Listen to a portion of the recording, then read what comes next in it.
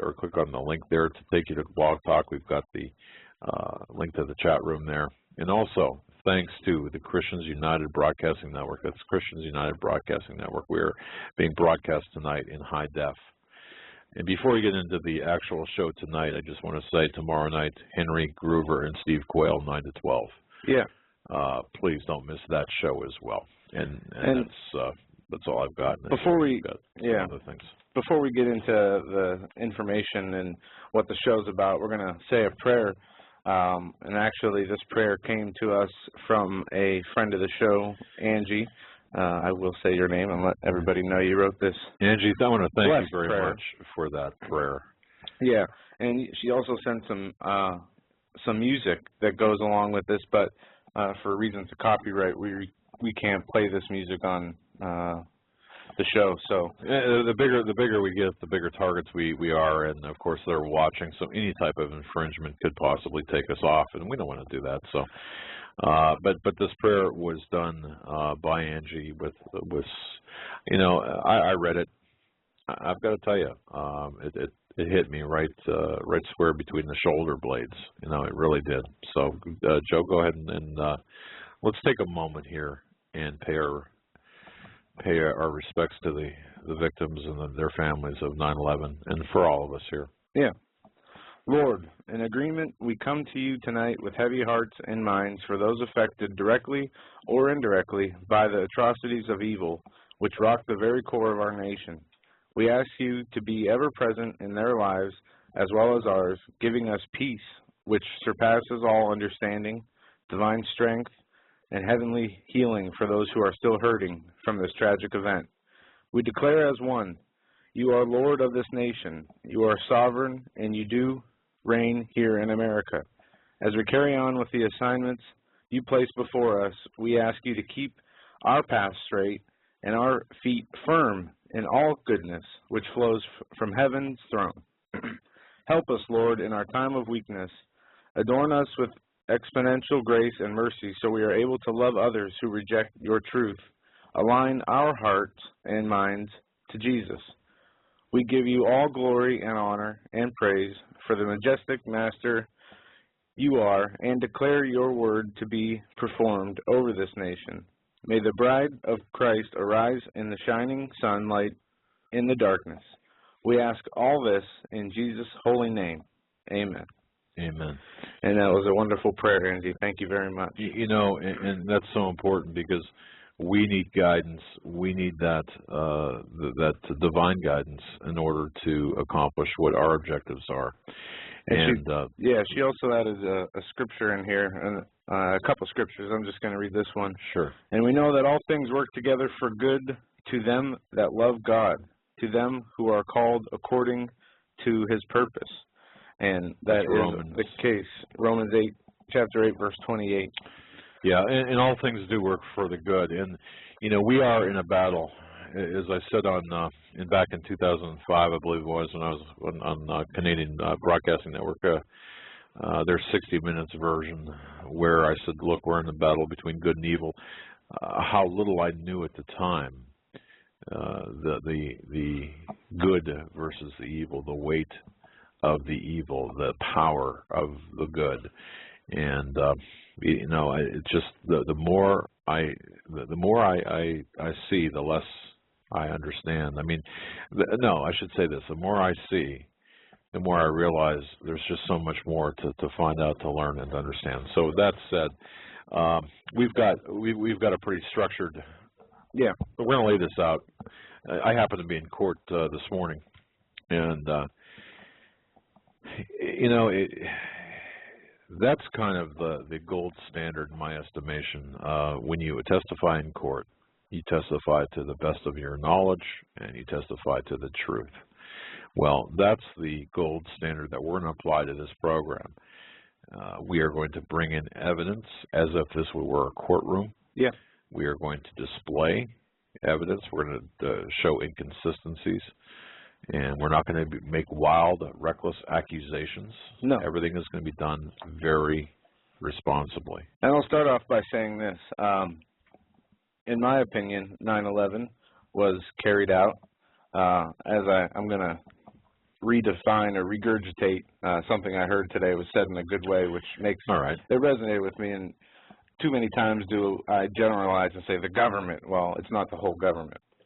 Criminal elements of the government, criminal implants of the New World Order, central banking, international globalists that we talk about, this group of people like Zbigniew Brzezinski, David Rockefeller, Dick Cheney, the people behind the curtain, if you will, pulling the strings. These people are some of the people that I believe helped get this thing passed through, this thing meaning 9/11, get 9/11, the attacks, to go the way they did. Not only do I believe that they just let it happen, I believe they planned it, they played a hand in helping it get, you know, as bad as it was. All right. And so I will, you're actually I will back, here. yes, and those names, the PNAC document, and we're going to get into that. We're going to start by before 9/11, what we saw, what was released, what was published, and by who. And first, I think many people don't or might not be familiar with Bill Cooper. He was a radio talk show host, and he was around in September or in 2001 broadcasting. On June 28th of 2001, he broadcast a show predicting 9/11. Right. And he lays it out exactly, I mean, what happened. And so I'm going to play this audio clip. Okay, but now if you want to do this first. Before you do, let me just say this. And here, and folks understand this. This is why we're doing this show today. In part, of course, for the victims, but this is why. Where we are today, again, is we're in a large part today we are here because of 9/11. And where we are today, there's a trend in American governance whereby dissent is criminalized and is categorized as pathological, and dissenters are censored. They're silenced or declared unfit for society. Governmental authorities at all levels have made it abundantly clear that they want no one questioning their authority. And to do so means that you are a terrorist by definition. And for those who do not take to the streets to express their opinions, their beliefs, rows of riot police clad in jackboots, military vests, and helmets, holding batons, stun guns, assault rifles, and sometimes even grenade launchers, if you do choose to take to the streets, they're there. And in today's America, that's not the America that I know. That's not the America that our founders intended, and that's certainly not the America that my father fought for in World War II, my grandfather fought for in World War I, and my descendants fought for in the founding of this country. And this is why we're doing this. So go ahead and let's play the prophetic clip from Bill Cooper. And I just want to warn everybody, there is a curse word that we would consider, you know, it's not too bad. We'll play it on air. It's just a... Here we go. Yeah, it's uncensored. Bill Cooper from... Largest intelligence apparatus in the world with the biggest budget in the history of the world has been looking for Osama bin Laden for years and years and years and can't find him. Some doofus jerk-off reporter with a camera crew waltzes right into his hideout and interviews him. So why do all these fools believe this charade? That a CNN reporter and his little camera crew can do what all the money and all the assets and all the eavesdropping and all the intelligence and all the satellites and all the undercover operatives in the world can never do. It's because they're not trying, they don't want to. Osama bin Laden is their creation, and he is serving them well. I mean, is this some kind of incredible joke that people are so stupid they fall for this?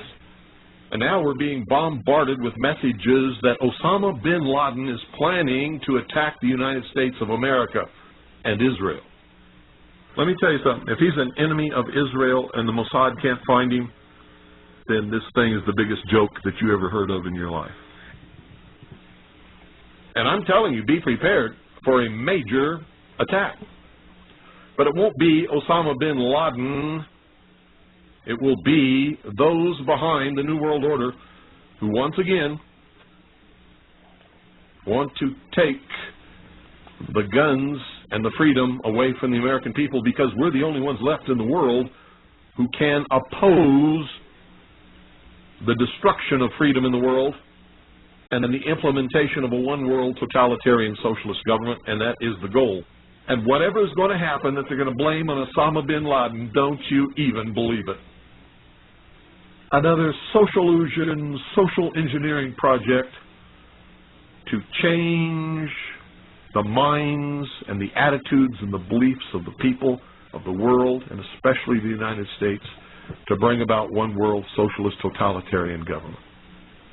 I wonder what Osama bin Laden's targets are supposed to be. And if they don't, if this doesn't materialize in the next 2 or 3 weeks, it will eventually materialize, because they haven't succeeded in getting the guns out of the hands of the American people, nor have they succeeded in taking our freedoms away. In fact, there's been a great awakening in this country and a big backlash against these Marxist, communist, puke-faced, lying, subversive, Nazi, jackbooted Gestapo thugs that is gaining momentum. And so I can tell you with a certainty, they must do something terrible in order to stop this backlash and regain the sympathy of the mass herds of sheeple out there. And supposedly, we're not the only nation searching for Osama bin Laden. So the vast economic resources, the vast technological resources, the vast personnel resources, the vast networks and intricate web spun over all these years by the CIA, the FBI, and the NSA can't find Osama bin Laden, but CNN can? Bullshit. What a crying shame. How in the world could this country of all nations breed such a dumbed down, unthinking, illiterate, uneducated, stupid, ignorant population? Wow. And that's a quick break. Well, it's coming back from a commercial. Oh, okay. And this is the tune he plays.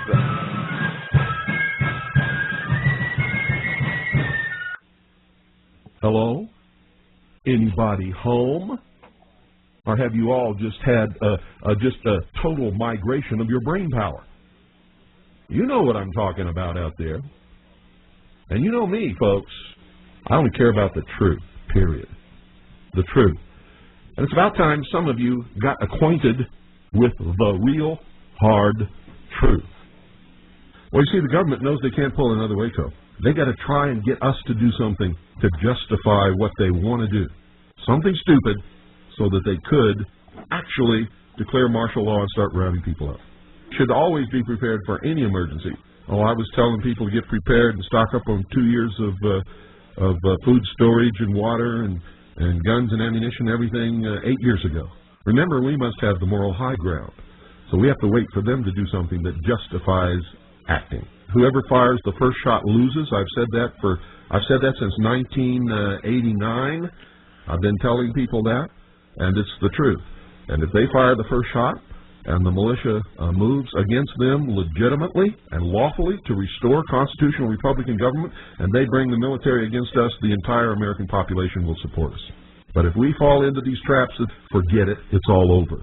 Revolution, you never know what the outcome of a revolution will be. But a restoration is something different. We all know what the outcome is going to be. We know what the goal is, to restore constitutional Republican government, to do away with the excesses in government, to arrest those who have subverted this country and destroyed it, and hold them until they can be tried by a jury of their peers as the Constitution dictates, and find out if they're innocent or guilty. And if they're guilty, hang them. They're trying to instigate the American people to rise up against the government to justify changing the entire character of this nation and bring about one world totalitarian socialist government. That's what they're doing. Interesting comments. That was 5 months before 9/11. Yeah, rather prophetic in terms of now Bill Cooper. I honestly, I got to tell you, at the time, I was not a fan of Bill Cooper. Yeah, I have to tell you, but I didn't know. Words were at the time. No. Yeah, see, I didn't know him. I was not paying attention to politics and radio. But either way, yeah, we look, we've got to get past the people and look at the message. Right. He named Osama bin Laden as the person they were going to blame a major attack on the United States on. An attack that is unprecedented in scale. It's the biggest terrorist attack in the history of America. And not only did he say that, he said if it didn't materialize in a few weeks, it wouldn't be far after that. And he said that the goal would be a one-world, totalitarian, socialist, Nazi, jackbooted style government system. And what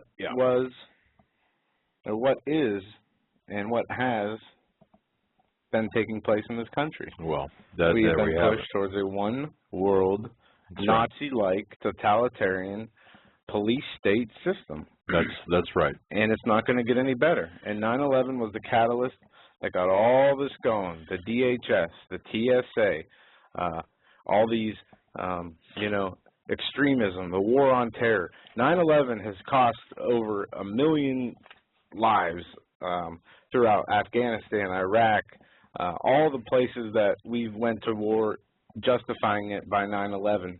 But we will show you tonight and let you hear it from their own words. People like Dick Cheney saying there was no evidence. They never connected Osama bin Laden to 9/11. Right. And they never connected Iraq to 9/11. Osama bin Laden was not. This is a fact. We of course, everyone knows that Osama bin Laden was not named by the FBI as a suspect or complicit in 9/11. At least not right afterwards. And in fact, through. For a number of years, okay, and that's there were questions about that, and I'm not exactly certain, or I don't feel comfortable with the responses by the FBI about that. But yet, militarily speaking, he was the #1 suspect and #1 target. Right. Now, in our opinion, and I think it's safe to say our opinion, whether no matter who carried this out, this was a false flag attack on America because we have to be very careful. We can prove that it could have been prevented. Not only that, it should have been prevented. And whether the official story of how it was carried out is true, that was okay. At the very least. Let's back up here, okay? Because let's not get off on the wrong foot. Well, I'm saying the false flags attacks have been used as a tactic by the American government or the evil interest inside the American government to justify war before 9/11. Right, but when you say false flag, people have a tendency to believe that this is orchestrated and facilitated and conducted by members of our own government against the people of the United States. Right, a criminal aspect of our own government. Okay, so members of our own government with bigger allegiances at hand, who are working against, in David Rockefeller's words, the best interest of the United States in a group. Then if you say that, if it is your contention and your assertion that this was a false flag operation with people inside the government that did this, then it is your responsibility to produce evidence to support that. In other words, you've got to say, okay, here's Exhibit A, B, C, and D. This is why I'm saying that, because that's a huge indictment against the government of the United States. Well, it's not the government. It is people, certain people in the government. All right. Now, okay, fine. But now we do know, and here's my thinking on this, or my belief on this, after research and investigation. This goes back into the 70s, even further back than that, but it really began in earnest in the 1970s. When I say this, I mean this complicity this merging of the corporate structure with various elements of the government back into the 70s. Don't forget, folks, the bin Laden family had ties with, way back in the 70s, with, again, the Saudis, and bin Laden family had ties with the Bush family, with the Bush administration, but they also had ties as far back as Nixon, and at the same time as Nixon was president. They don't forget the BCCI scandal, which occurred back in the 70s. All of this is tied together. This 9/11, and this did not happen overnight. There are international players involved in this. So let's not, let's not just isolate it to a small group of people. Well, in theory, it is a small group of people, like you said. Well, yeah, I'm sorry. International. It's international in scope, but it's limited in correct. Correct. I understand that. I mean, even George Bush, I'm still not convinced he knew that was going to happen. Yeah. Could I say that for Cheney? I don't think so. But just my opinion. We go back and look at Zapata. For example, 1976, James Bath. He was involved with the CIA. He was friends with Senator Lloyd Bentsen. Folks, these names are old. I mean, this stuff goes back, like I said, into the 70s. He served in the Texas Air National Guard.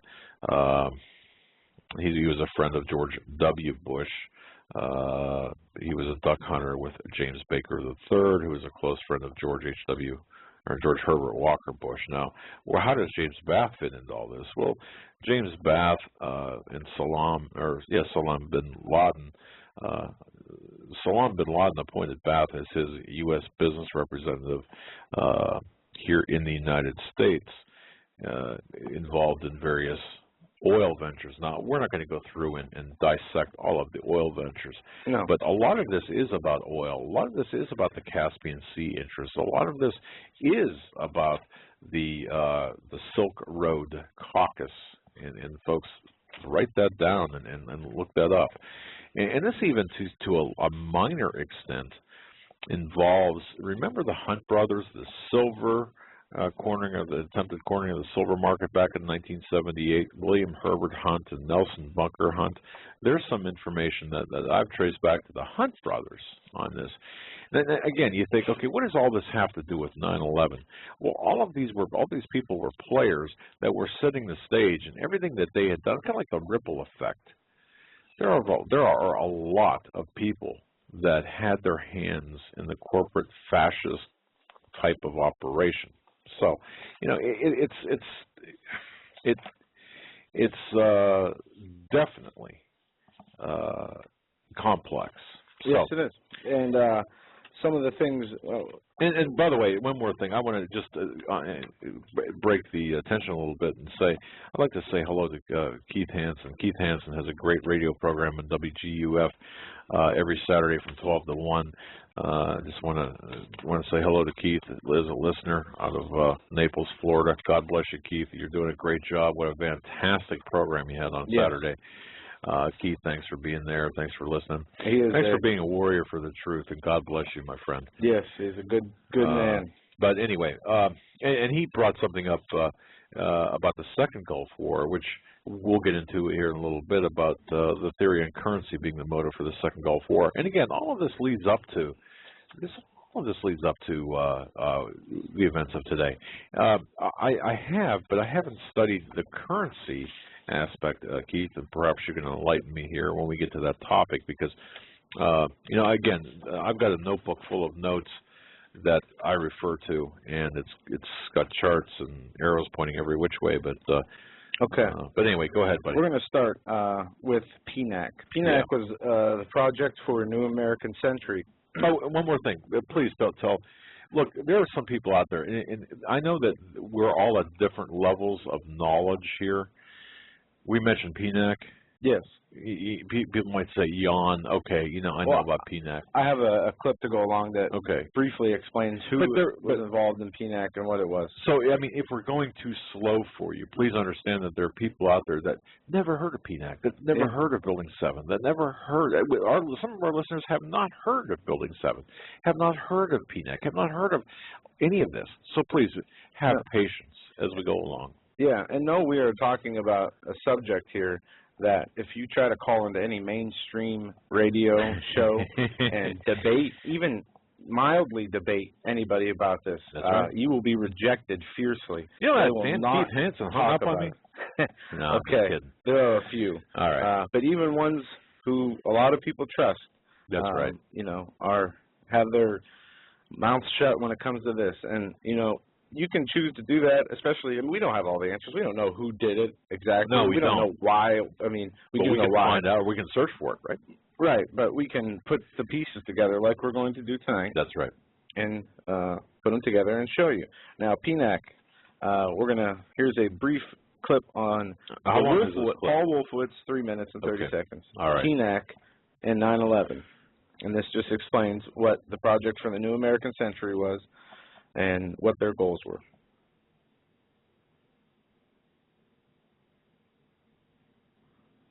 And it should be coming up any second here. Apparently we're a little slow in the uptake here.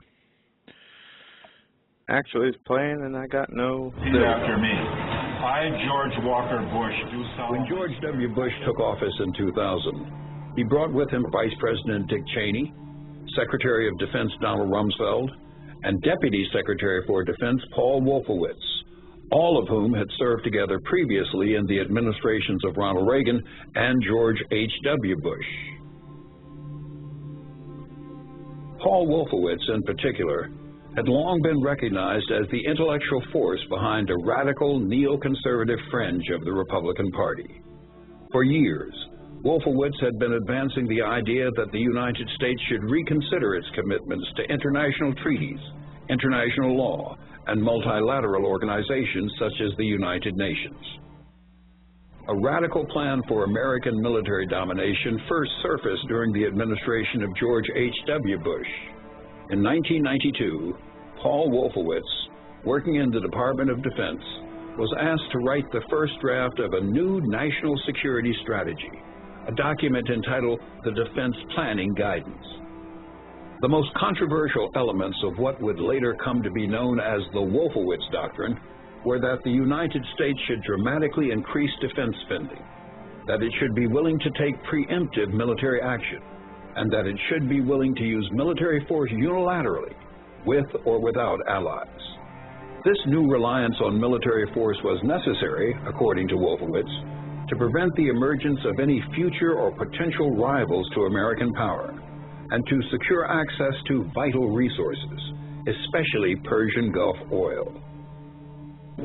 Out of power during the Clinton presidency, Wolfowitz and his colleagues affiliated themselves with a number of influential conservative think tanks. In 2000, they would craft yet another proposed national security strategy, this one published by a right-wing think tank calling itself the Project for the New American Century. At its core, the document revived the Wolfowitz Doctrine. It called on the United States to increase the military budget by up to $100 billion, to deny other nations the use of outer space, and to adopt a more aggressive and unilateral foreign policy that would allow the United States to act offensively and preemptively in the world. The elimination of states like Iraq figured prominently in this grand vision. But even these hardline conservatives knew that the Wolfowitz Doctrine was likely too radical to win the support of the foreign policy establishment, their own Republican Party, and the American people. In their defining document, written in September of 2000, a full year before 9/11, they acknowledged that the process of transformation, even if it brings revolutionary change, is likely to be a long one, absent, in their own chilling words, some catastrophic and catalyzing event, like a new Pearl Harbor. 1 year later, that event would arrive. And there you have a brief history of PNAC, its players, and what their goals were. And if you missed the end there, their agenda was the transition to this new state, this new defense, super defense state. That's right. And they said that this would not be able to take place in a fast-paced motion absent a catalyzing and catastrophic event like a new Pearl Harbor. Kind of like how we see the Obama advisors now saying the only way Obama can reconnect with his base or with the American people is to have another Oklahoma City or a new Pearl Harbor, as they have quoted. And love him or hate him, that's right, love him or hate him, Rush Limbaugh had said words mean things. Now, when you, Joe, say the Obama associates are saying, look, he needs what were the words? He needs. Well, the first one was the first aide or the first advisor said, yeah, he needs it. Bill Clinton reconnected with the people through Oklahoma. Right. Now Obama needs something like a new Oklahoma City to reconnect with the people. Okay. And so in the second one, I think it was even more blatant because the guy said that he didn't think Obama could win re-election without some kind of that. And that's what gave Bill Clinton a bounce. That's correct. These are now, if we would present this in court, for example, if we would use this as an example of we're presenting evidence here in court, and it's very difficult to do this via radio and even via video, but this would speak to motive. And don't forget, back in 1995, now people have a tendency to wall off life before and after 9/11, and I understand that, kind of like the Kennedy assassination, pre-Kennedy assassination, post.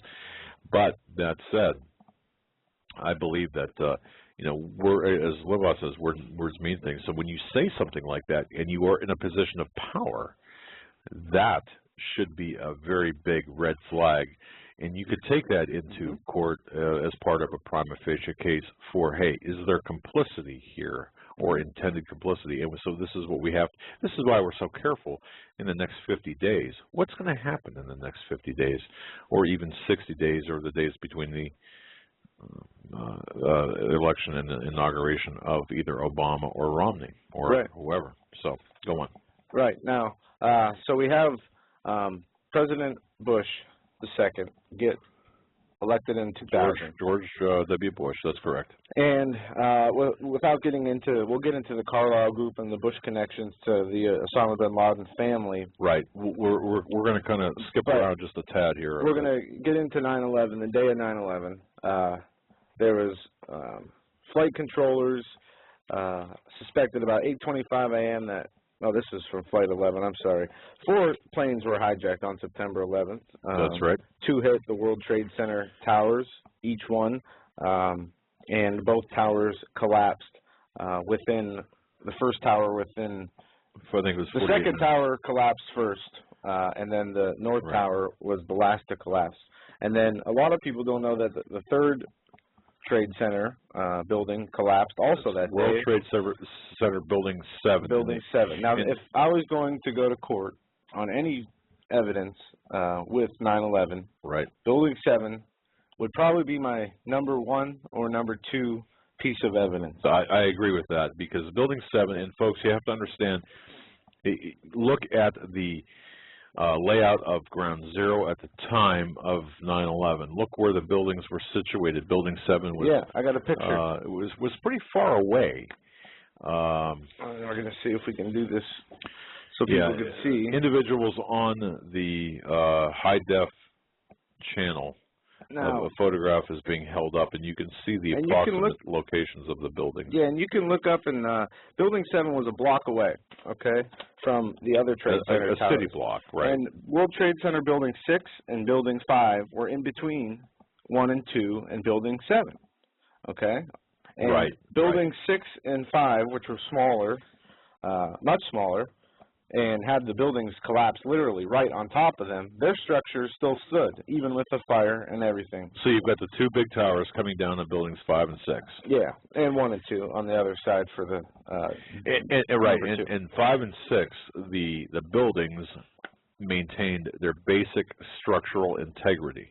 So in other words, you had this collapse of the first tower, the collapse of the second tower on the WTC 5, WTC 6, and don't forget, folks, this is a complex of buildings in this block and a half area, roughly, or about a block and a half area.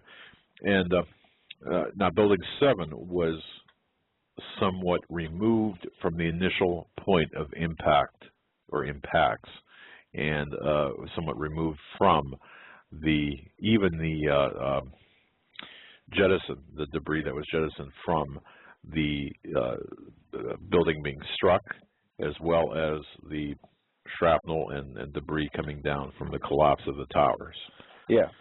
So that anomaly, we're going to get into more of the Building 7. Just keep Building 7 in the back of your mind. Of steel, but the first 2 buildings, the World Trade Center, the main buildings, were hit. And then the Pentagon was hit by Flight 77, and then Flight 11 crashed in Shanksville, Pennsylvania. Now, I'm going to start here. This is another big piece of information. NORAD.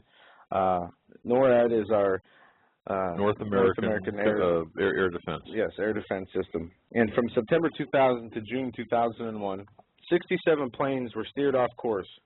All 67 times the air defense system worked as they should, and interceptors were launched. This happened on numerous occasions, and it was consistent.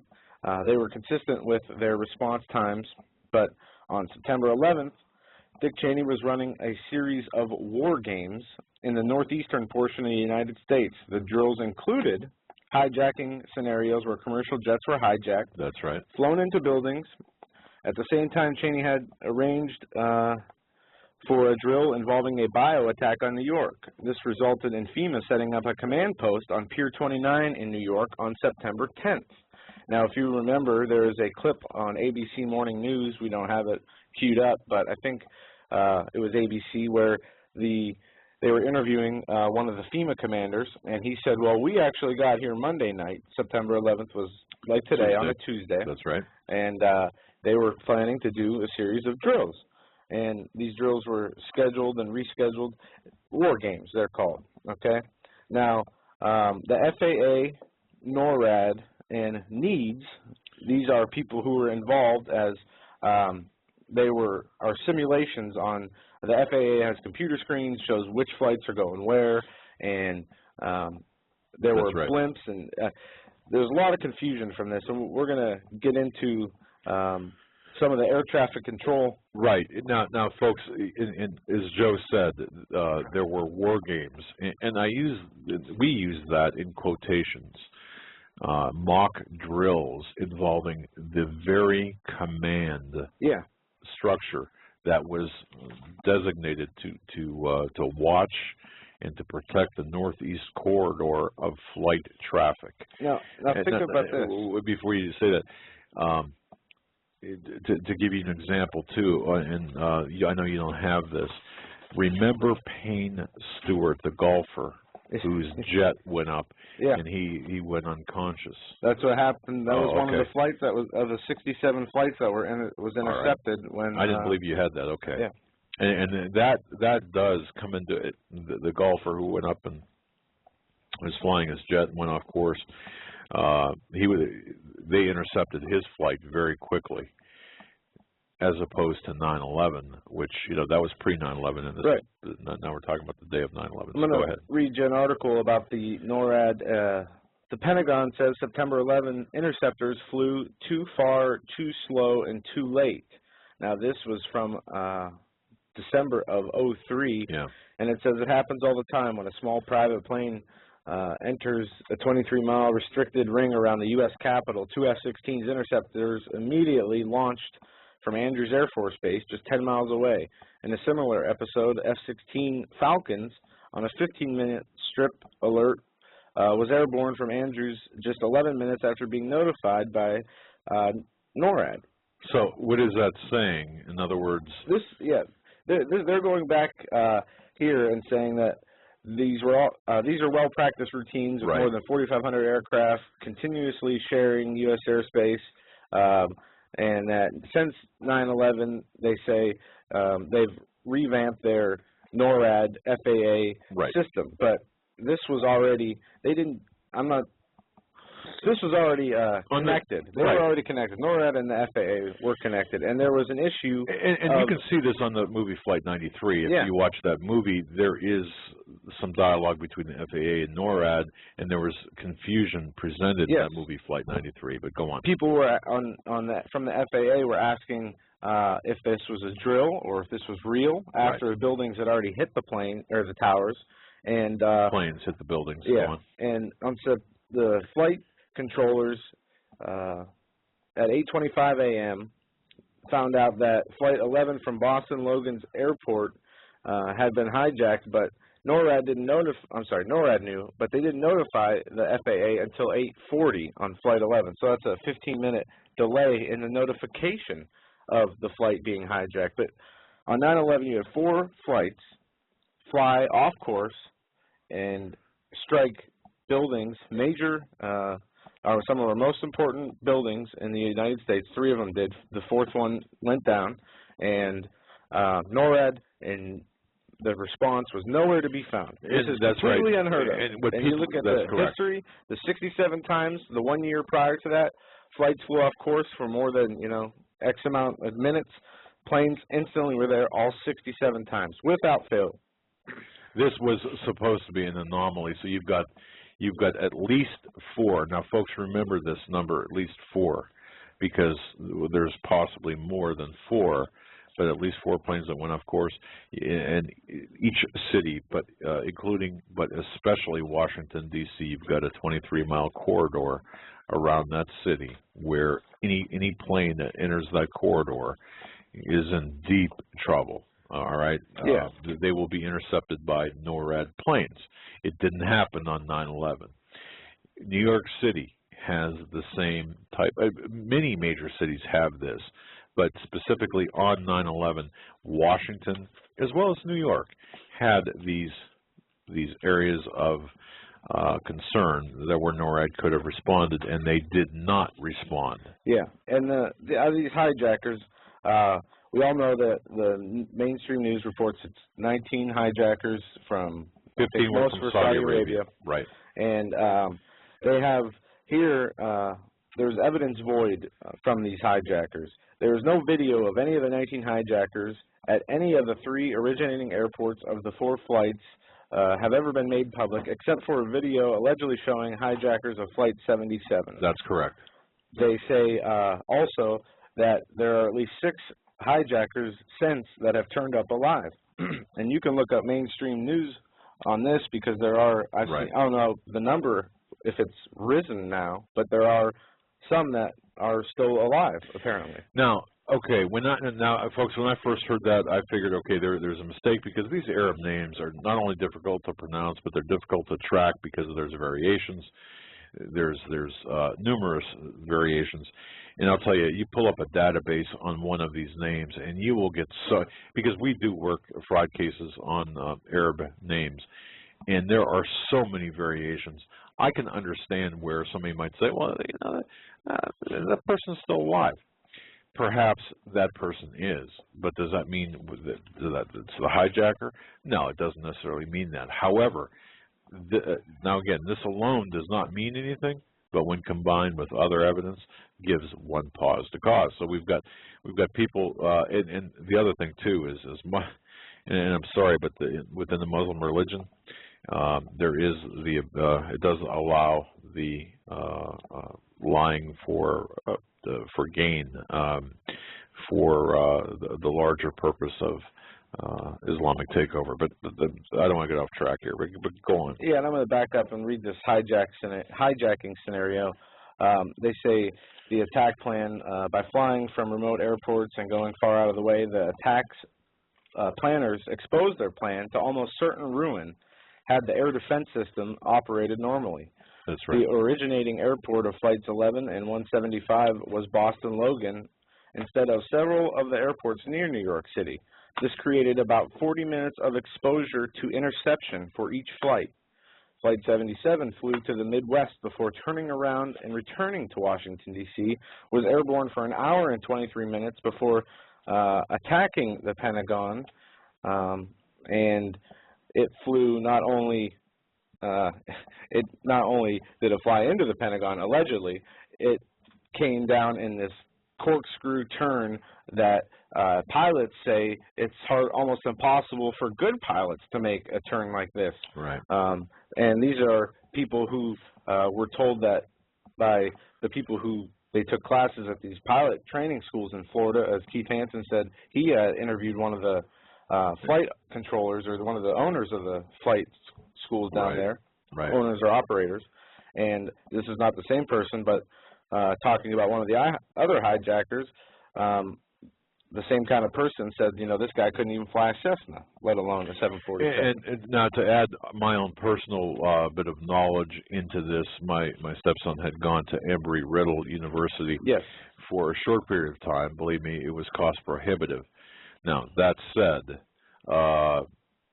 Embry-Riddle was a place where they did train also. They did fly. That's right. Do test flights there also. Right. And I did talk to one of the instructors down in Embry-Riddle when I was down there in 2005. And I questioned the instructor. It just happened to be, it wasn't planned, it just happened to be purely accidental. And I asked the instructor, look, did you have any dealings with any of these alleged 19 hijackers? The answer was yes, one. He did give me the name of that individual. I don't recall the specific name, but he said that as you said, the guy basically washed out of the program, and he could not operate any type of aircraft at all. Now, does that mean that the other three hijackers on whatever plane that might have been, you know, couldn't have done that? No, it doesn't mean that. But again, this is all bits and pieces of the puzzle. And as an aside, in 2005, he said, we have more Muslim Arab hijackers, potentially Muslim Arab flight students than we've had in any time in history. Yeah. And they're paying cash for their studies, which is, I mean, when you're talking about a year at Embry-Riddle, you're talking close to $100,000. I mean, it's incredible, because flight time is so expensive. And getting back to why it's so important about NORAD, NORAD was, Cheney was managing multiple war games and terror drills on 9/11 that paralyzed the U.S. Air Force's response.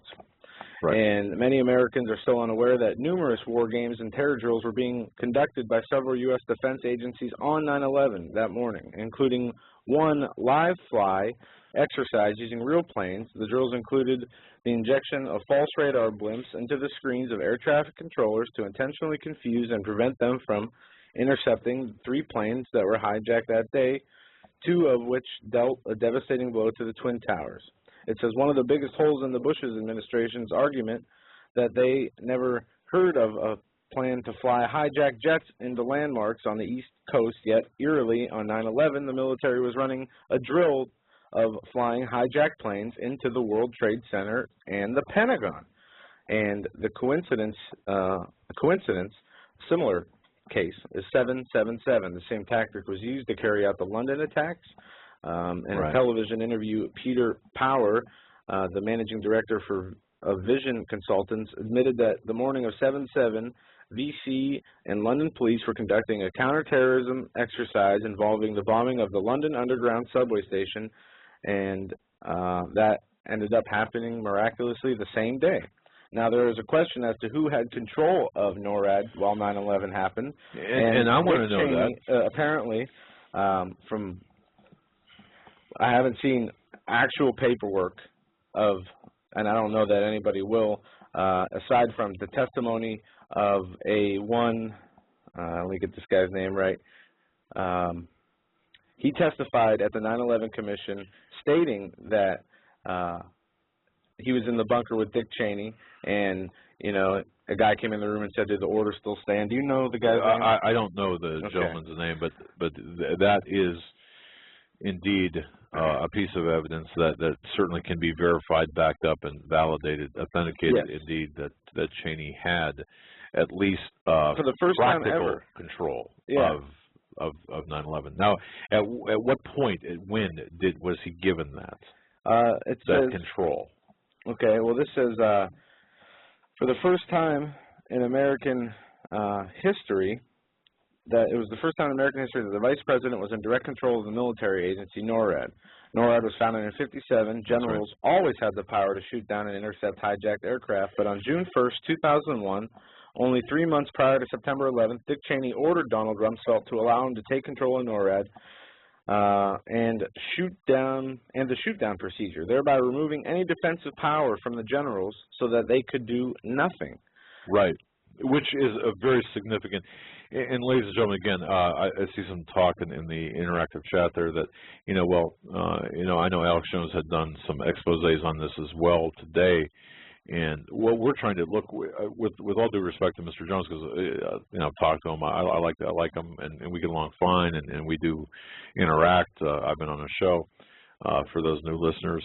So I mean, but our styles are a little bit different. What we are attempting to do is lay out the facts a little bit differently. So please have patience with us, because I know that Alex could run circles around us in terms of the information, but what we're trying to do is methodically lay this out, lay the foundation for this, because, you know, and I saw a comment where hey, everyone could see that there's controlled demolitions, and if they can't see that, they're people are ignorant. Well, you know, boy, people have been arguing about that for 11 years. Yeah. This is why, okay, that we're trying to do this methodically. We interviewed Richard Gage from the Architects and Engineers for 9/11 Truth. This guy, this is what he does. He's an architect, and he's an expert. Well, you know, just because it's obvious doesn't mean it's the truth, okay? Or it doesn't mean it happened that way, I should say. Just because it's obvious doesn't mean it happened that way. And I know that sounds a little bit shaky. What do you mean by that? Well, we'll get into this. Yeah, we're going to get into that. We will get into it indeed. But I just want to let you know that our methods are different. It's a little bit, we're trying to be a little bit more methodical for you. Yeah. And if you don't, you know, I mean, if that's, yeah, I'm not going to apologize for this method, because I think that this is the only way.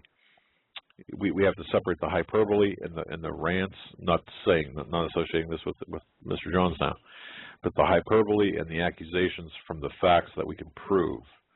You know, and we're not going to be talking about holograms. You know, jets with being holograms, and no, you know, that's not what we're talking about. What we're trying to do is, obviously, from our beliefs, there is too many anomalies, too many coincidences that point to a one answer, really, and that answer is that there were elements, criminal elements in our government involved in taking down or helping these people take down the targets that they did on 9/11. Now, this agenda, and that pains me to even think about that. Yeah, and this was done so we could get the Department of Homeland Security, so we could get the TSA. Right. So, I mean, look at history. Look at the series of false flag attacks, the Gulf of Tonkin, an admitted U.S. government false flag attack on itself to justify war with Vietnam.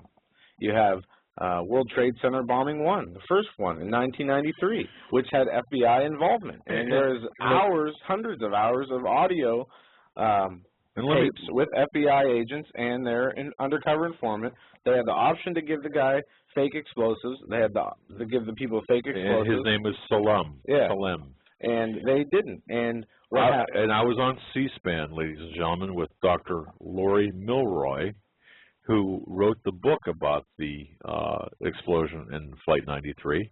I appeared on C-SPAN with her back 2006, maybe 05, something like that. And she interviewed people. Not once, not one time. In fact, she wrote the book Bush versus the Beltway. Sent me a copy, a personalized copy of that, and some other.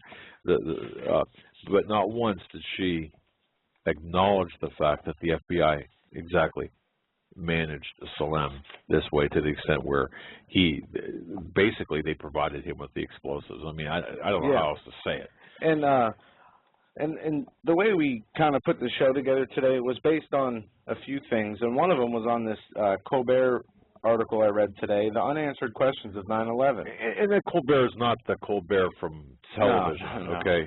And by the way, yeah, the structure is very similar to what he did. So go ahead. Yeah, and he asked, he says there are unanswered questions of 9/11 are too numerous to enumerate, but they include why the National Institute of Science and Technology classified the data they used to make their model of the Building 7 collapse, and it says, would knowledge of how NIST believes the building collapsed really jeopardize public safety? And that's a fair question. Why is it classified? Just like Oklahoma City, why are the tapes from John Doe 2 classified? You've got to go back in history and ask the same thing. Yeah, and you're seeing a continuous course of conduct by our public officials, by our safety officials, by the FBI, by the Department of Justice. Whether you're a Republican or Democrat, you're seeing the continuous course of conduct that states, hey, we are going to hide the evidence from the public. Now, and I mean, what will this show? Exactly, and what we have with Building 7, and we're just going to get into the buildings. We know the planes now hit the buildings. The NORAD stood down pretty much, or was unavailable at that time due to Dick Cheney and his war game drills. Correct. But a lot of people don't know 3 skyscrapers fell, and it was the first time in history that any skyscraper fell due to fire. And by the way, I fault no one for not knowing any of this.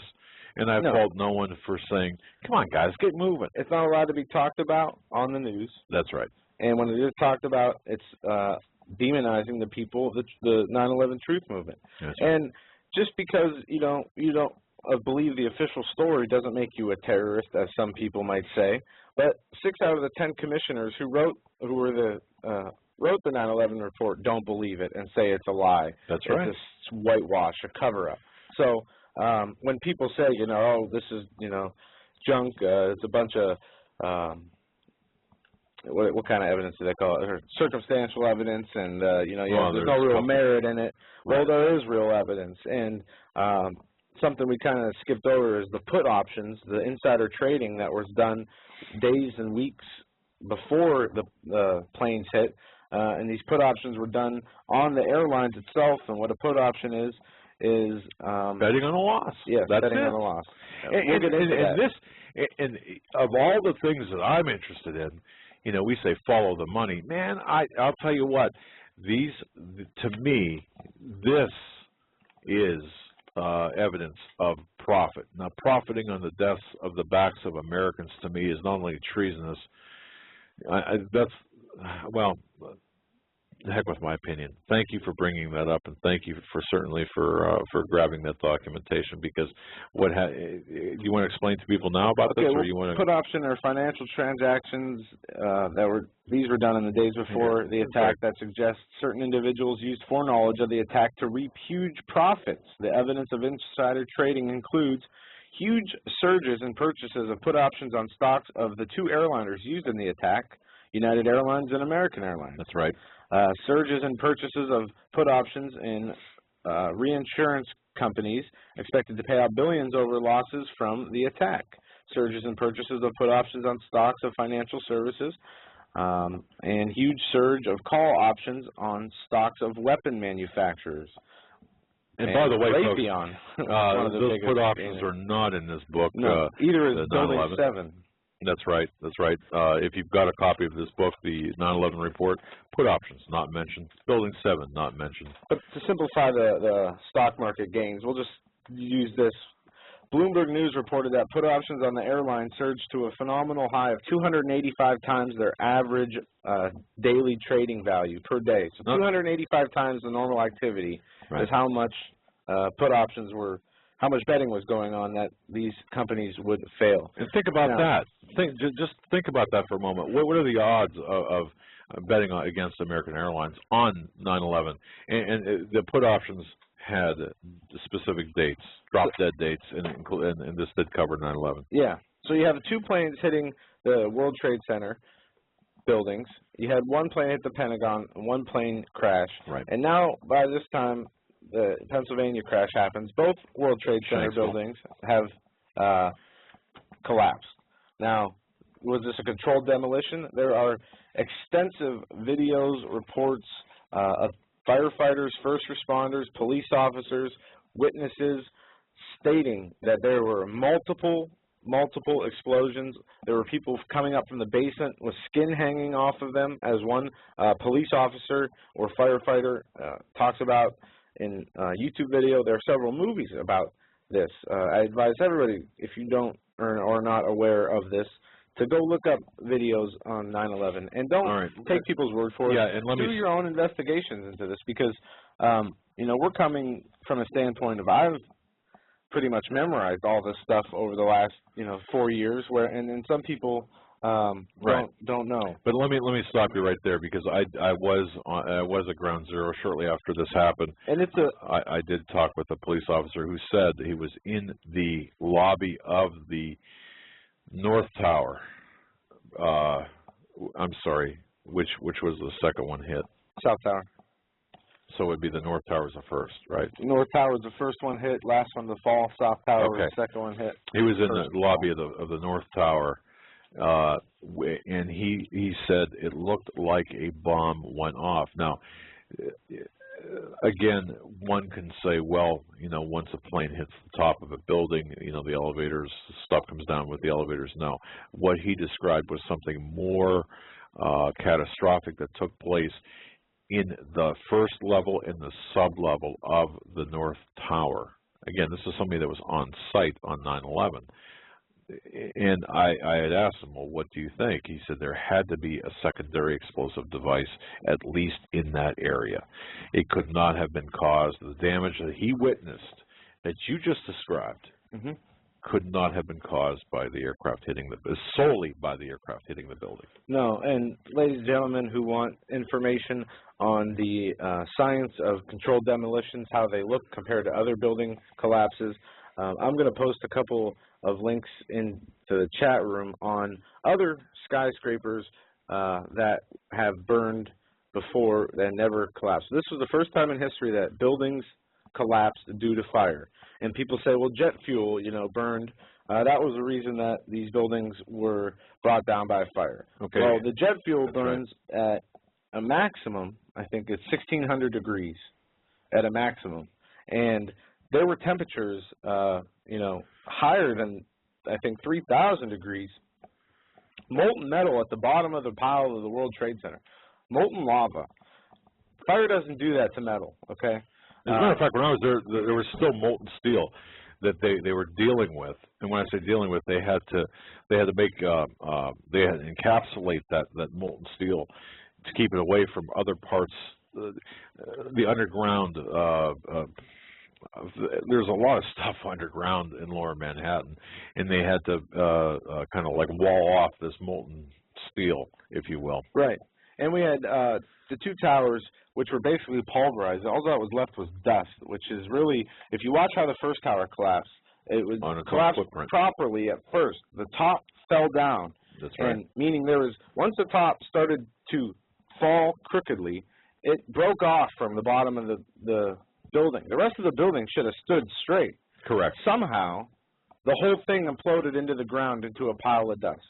Now, before I get into the Building 7, remember, 9/11 was a crime scene. How do you treat a crime scene?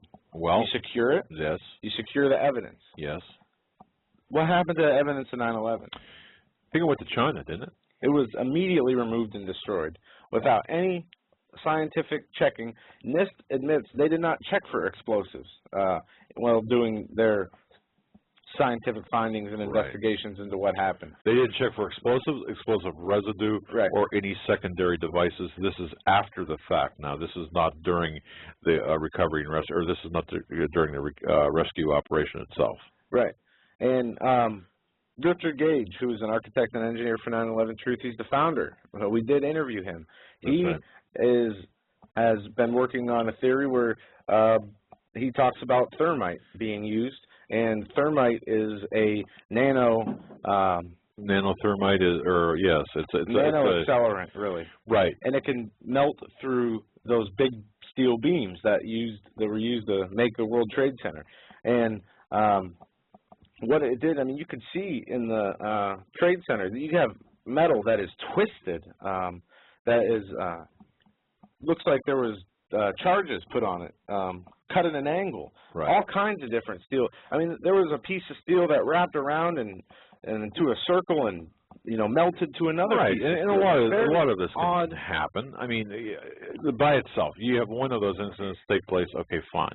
You've got a multitude or numerous oddities, anomalies, then you've got an issue to take a look at. Folks, we're late for the top of the hour break. We do have to take this on behalf of the people who have nicely sponsored our show. And when we come back, right back, we're going to get into Building 7, the real smoking gun of 9/11, and a few other smoking guns. Then we're going to start to take your calls, and while we get into the rest of this information. But what I want to take away from the first hour is I wanted to lay out some groundwork of what was going on that day. They had NORAD drills taking place. You had FEMA there for drills. You had the planes fly wildly off course. And we didn't even get into the Pentagon or Building 7. Those are the two smoking guns, as the Pentagon and Building 7. We'll be hitting that now. Yeah, we're going to be working up to a crescendo. And more. Yes, and before we cut into the regular commercials, I want to welcome mindregard.com. That's mindregard.com. Folks, they sent me, they sent us some samples of their product. It's called Nootropic or Neotropic, or Nootropic, I guess is the correct pronunciation. Whatever it's called or however you pronounce it, go to mindregard.com. I've got to tell you, ladies and gentlemen, I've been taking this now for a little over a week, with the exception of just a massive head cold I've got right at the moment. I have to say that this particular supplement, I don't want to say, it's not a drug, it's not a medicine, it's not even a diet medicine or diet supplement. But what it is, it's a nutritional supplement based on a balanced formula of various ingredients to promote healthy cognition, which increase blood flow, and antioxidant support, and also a mood enhancer. It has got a calming effect, and it's also got kind of a focus effect. So it's kind of like, remember that focus factor? It's like that. There's also a combination of Western dietary supplements in this as well. Folks, mindregard.com. It has changed for the better. My cognitive abilities, and believe me, I do need that. And also, there are some other benefits, and I'm not even sure I'm allowed to say this on air, but it's true. It's actually lowered my blood pressure. It's lowered my need for additional medicine for my type 2 diabetes, and I got to tell you, it's just amazing. To me, it makes me feel completely different. So I classify myself as a success story. Folks, visit mindregard.com. Go to homelandsecurityus.com. Click on the banner on the right. Take you right to it. Tell them the Hagmann and Hagmann Report sent you there. Hi folks, Doug Hagmann here. You might know me as the co-host from the Hagmann and Hagmann Report, or as a frequent guest on Coast to Coast AM with George Norrie. If you're like me, you're tired and confused over today's headlines. You just don't know where to turn for accurate, concise information about really what's going on, what's truly going on in today's society. If you don't know where to turn for accurate, well-researched, and properly vetted news, I've got a suggestion. In fact, it's a requirement. Bookmark Canada Free Press. That's CanadaFreePress.com on the internet. It's just not for Canada. It's for news across the world. Judy McLeod, founding editor, has put together a vast array of talented writers like Kelly O'Connell, Daniel Greenfield, Dr. Eilita Johnson-Powell, a lot of guest columnists, very talented writers. Folks, that's Canada Free Press at CanadaFreePress.com. Now mobile friendly. Follow on. Survival of the fittest. In any and all situations, survival is your #1 priority. That requires being tough and thinking smart. And the folks at Freeze Dry Guy are going to help you do just that. They have the long-range patrol ration entrees, what they call the Brick Pack. When you're in survival mode, it is absolutely the best item for your survival pack or bug-out bag. You can go farther, faster, and carry more food with the LRP cold weather ration entrees. Not only do these long-lasting, durable entrees help sustain you or your family through the harshest environment or situation, they are by far the most delicious of their kind. No contest. With a variety of tasty entrees, you can't beat the LRP brick packs. Let Freeze Dry Guy help you in your survival situations. Go to freezedryguy.com. That's freezedryguy.com or call 866-404-3663. That's 866-404-FOOD. We've never made the case or argued the case that somehow Osama bin Laden was directly involved in 9/11. That evidence has never been forthcoming.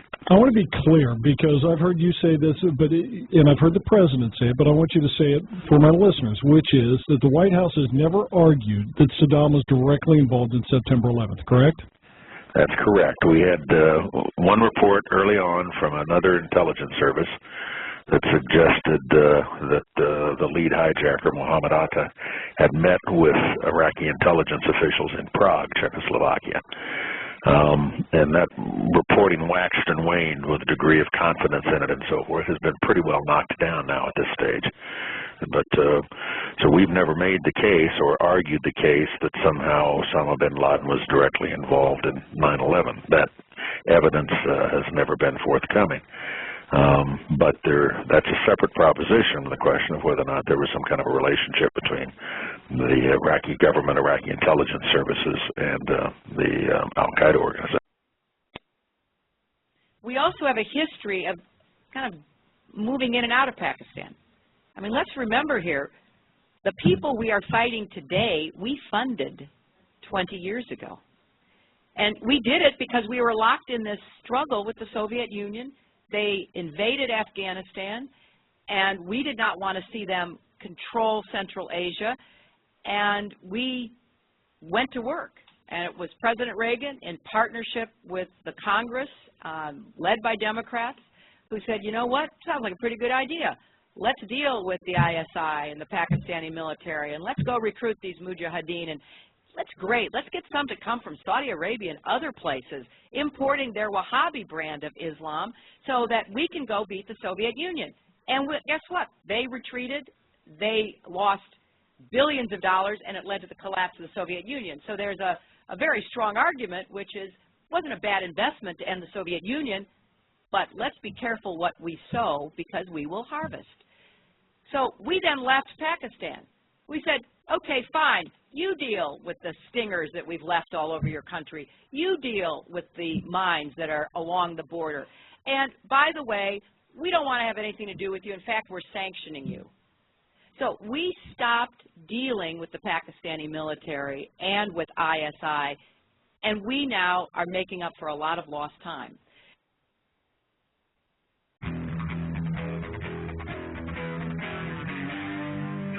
Doug Hagmann, one guy that doesn't need a bullhorn to get your attention.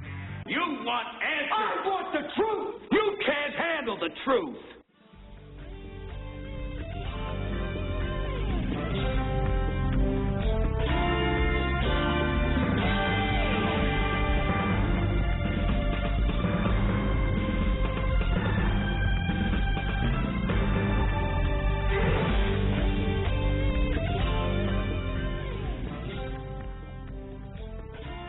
Welcome back, folks, to this very special edition of the Hagmann and Hagmann Report on the anniversary of 9/11. This is a special 3-hour program. Thank you very much for staying with us during this time, and thank you for bearing with our methodical attempt to lay out evidence. In the first hour and 10 minutes, we discussed the basic background, the fact that there's no video of any of the 19 hijackers at any of the 3 originating airports of the 4 flights, with the exception of that small, very, very limited blip at the New England airport. We also talked about the fact that at least 6 of the alleged hijackers suddenly are alive, or at least are ostensibly alive, since the attack. None of the 4 flight crews radioed ATC about hijackings in progress. None of them. Also, NORAD, they didn't have a chance. NORAD. basically had stand-down orders and drills going on, or stand-down orders according to people who speculate about what Cheney was talking about with the gentleman who testified at the 9/11 Commission. But they were in control in NORAD. Right. And we missed one part of the pre-9/11. What happened the day before 9/11 on September 10th? Well, why did, in fact, Donald Rumsfeld announce a new war on September 10th, 2001? Well, what do you mean by that? Well, what was the reason for the $2.3 trillion missing dollars, which the Pentagon had lost up to that point, kind of like a MF Global in a sense? Hey, where'd the $2.3 trillion go? Now, I know that subsequent to that, many people have come out and said, well, that money has been that was just a bookkeeping error to the tune of 2.3 trillion when the day before 9/11 at the Pentagon, Dick Cheney announced that. Donald Rumsfeld announced that. Yeah, that's Rumsfeld's war on bureaucracy. Is what he was referring to. Yes, he said it is a matter of life and death. There is $2.3 trillion missing from the Pentagon, and the Budget Analysis Office was the one handling the anomaly of that money missing, and coincidentally, they were the part of the Pentagon that was hit by the plane. Yeah, we're going to get into that in a second as well. And then you've got multiple failures. A failure to report, according to NORAD's timeline, the FAA reported errant airlines after delays that were just beyond explainable, despite the fact that two airlines, that being Flights 11 and 175, were headed for New York City. No planes were scrambled from nearby LaGuardia or from Langley, which typically they would be, despite having received formal notification of the hijacking, the first hijacking at 8:38. No interceptors were scrambled from Air Andrews to protect the nearby Pentagon until after it was hit. That almost an hour later, well, basically an hour later to the minute. And once in the air, the interceptors only flew very, very tiny fractions at their top speeds. Bottom line, they did not appear to have the intent of intercepting the airliners. Two F-15s were scrambled from Otis Air Force Base to chase down Flight 11. They flew at an average of 447 miles an hour. That's about a quarter of their top speed. Yeah. And they could have done better than that. And then we got into Building 7, which basically imploded. But we just touched on that. We didn't get into the evidence about that, but we touched on that. Well, it's and this is we're getting to the point now where we're going to be talking about the implosion of Building 7 and the Pentagon. And this is real touchy for a lot of Americans because a lot of Americans refuse to even look at this evidence. Yeah. And if you approach them with the evidence, with the details, they still won't look at it or won't believe it. It is this cognitive dissonance, normalcy bias. Normalcy bias is at play here. Yeah, and we have shown, foreknowledge. And you told me a story about something you heard where a child in Brooklyn was in school. Right. Well, not in Brooklyn, I believe. Well, it could have been Brooklyn or New Jersey. And, folks, you can find this on the Internet. I do have notes on it. I just didn't bring them for the show this evening where, in fact, I did verify the authenticity of the story where it was an Arab, young Arab child who said, you see those buildings over there, to a teacher, you see the buildings over there, meaning the two Twin Towers, they're not going to be here next week. Or so, I'm paraphrasing now. And when I first heard about that, and this was as I was being enlightened, as I was coming out of my shell, my thought pattern of, hey, this America could not possibly be involved in this or have any foreknowledge of this. I was able to verify, authenticate that. Now, the name of that, in fact, the student who said that, it's my understanding that that student and his family have left the country conveniently. Now, again, that to me should be one heck of a piece of evidence that would support some level of foreknowledge.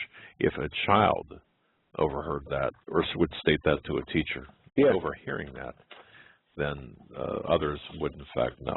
So anyway, we covered that in the first hour, kind of laid a lot of groundwork, talked about talked about the environment, if you will. Yeah.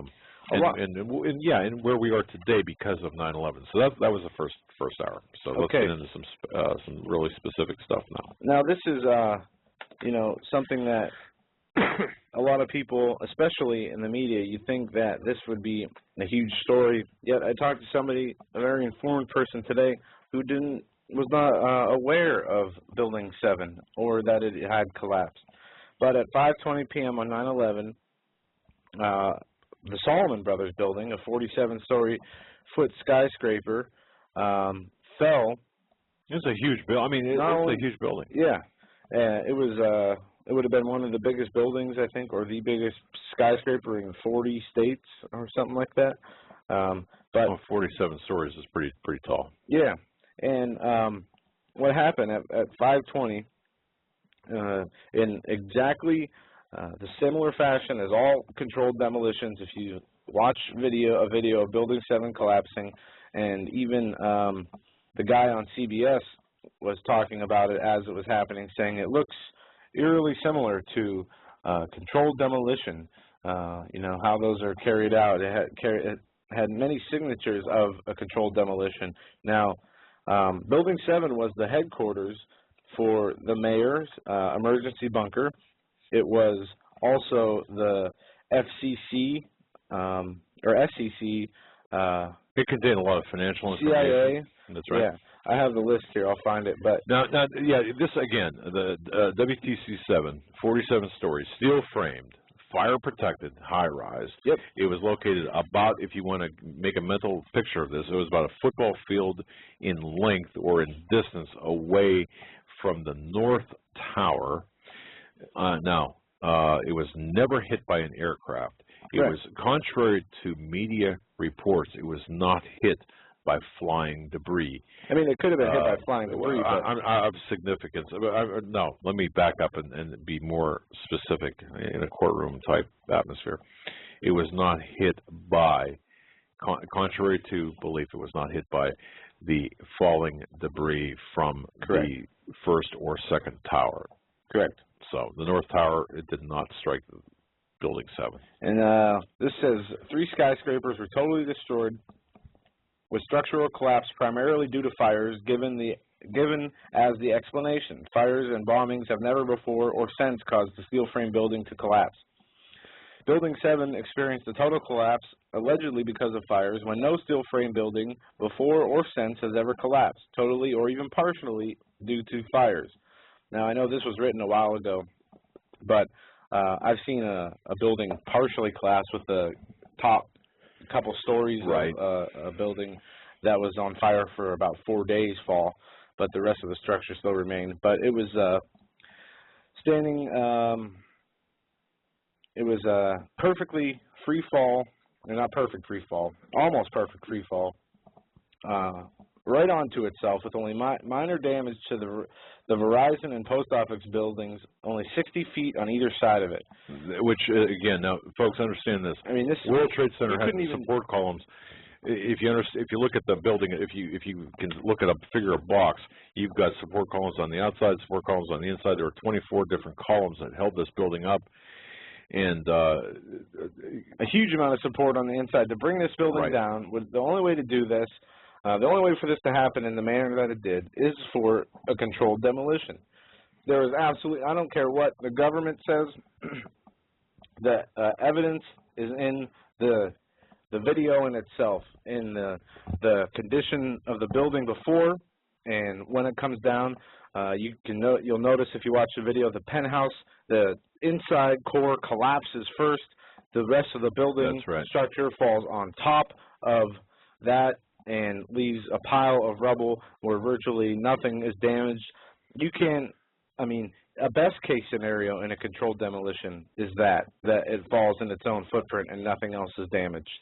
So, anyway, this building contained the $15 million emergency command center for the mayor, but instead of using it, Giuliani evacuated his team to a makeshift command center as soon as the attack started.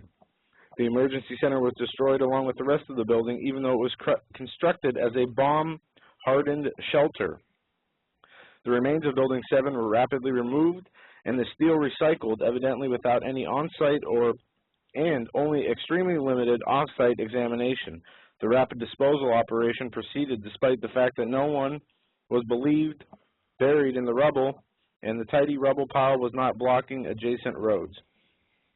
And this was on BBC News. They announced that Build Trade number 7, the Solomon Brothers building, collapsed while the building was still standing in the background. For 20 minutes, they said this building had collapsed. Right, and there are YouTube videos or videos on YouTube that you can access where there's a female reporter reporting of the building's collapse. Again, as Joe said, 20 minutes prior to its actual collapse. And the bottom line here with this building, the only way to describe it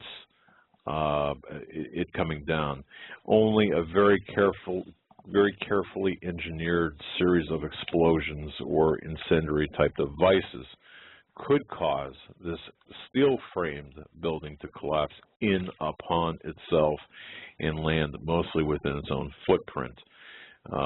Now, demolition companies are paid big dollars to make sure that this does happen. And as you mentioned earlier, buildings 60 feet away were not touched by any of the debris. You also have the owner of the building at the time saying about the... On PBS, yeah. PBS saying, let's pull it. And, of course, that was the owner of the World Trade Center. Yeah, or a couple weeks after 9/11, Larry Silverstein went on an interview on PBS. He was the owner of the World Trade Center towers, and he said he saw that the building was not structurally sound. And right, that's what he said. So he made the decision to pull it. That was his statement. Right. To pull it. Now, those are the word pull is a word used in demolition. Pull. I'm not familiar with controlled demolition, so I couldn't tell you the other words. Well, but it's got a specific meaning for that environment. And he later tries to explain it away by stating that he meant to pull the firefighters out of it, but there were no firefighters in the building. That statement, take what you want out of it, but I suggest people do some additional research on Larry Silverstein, because he not only got he renewed his 99-year lease the summer of 2001. Right. He purchased the World Trade Center 7 for $386 million and $861 million for the rest of the. I'm sorry, that was a settlement. In February 2002, his company won a settlement of $861 million, and not only that, he filed dual insurance claims because he said these were two unrelated, separate attacks, and he was awarded the money. Well, I think it was like $7 billion. It was an incredible amount of money, but the fact of the matter is, as owner of the building, and this is something that we're familiar with because we're involved in insurance claim work in that respect, and fraud work.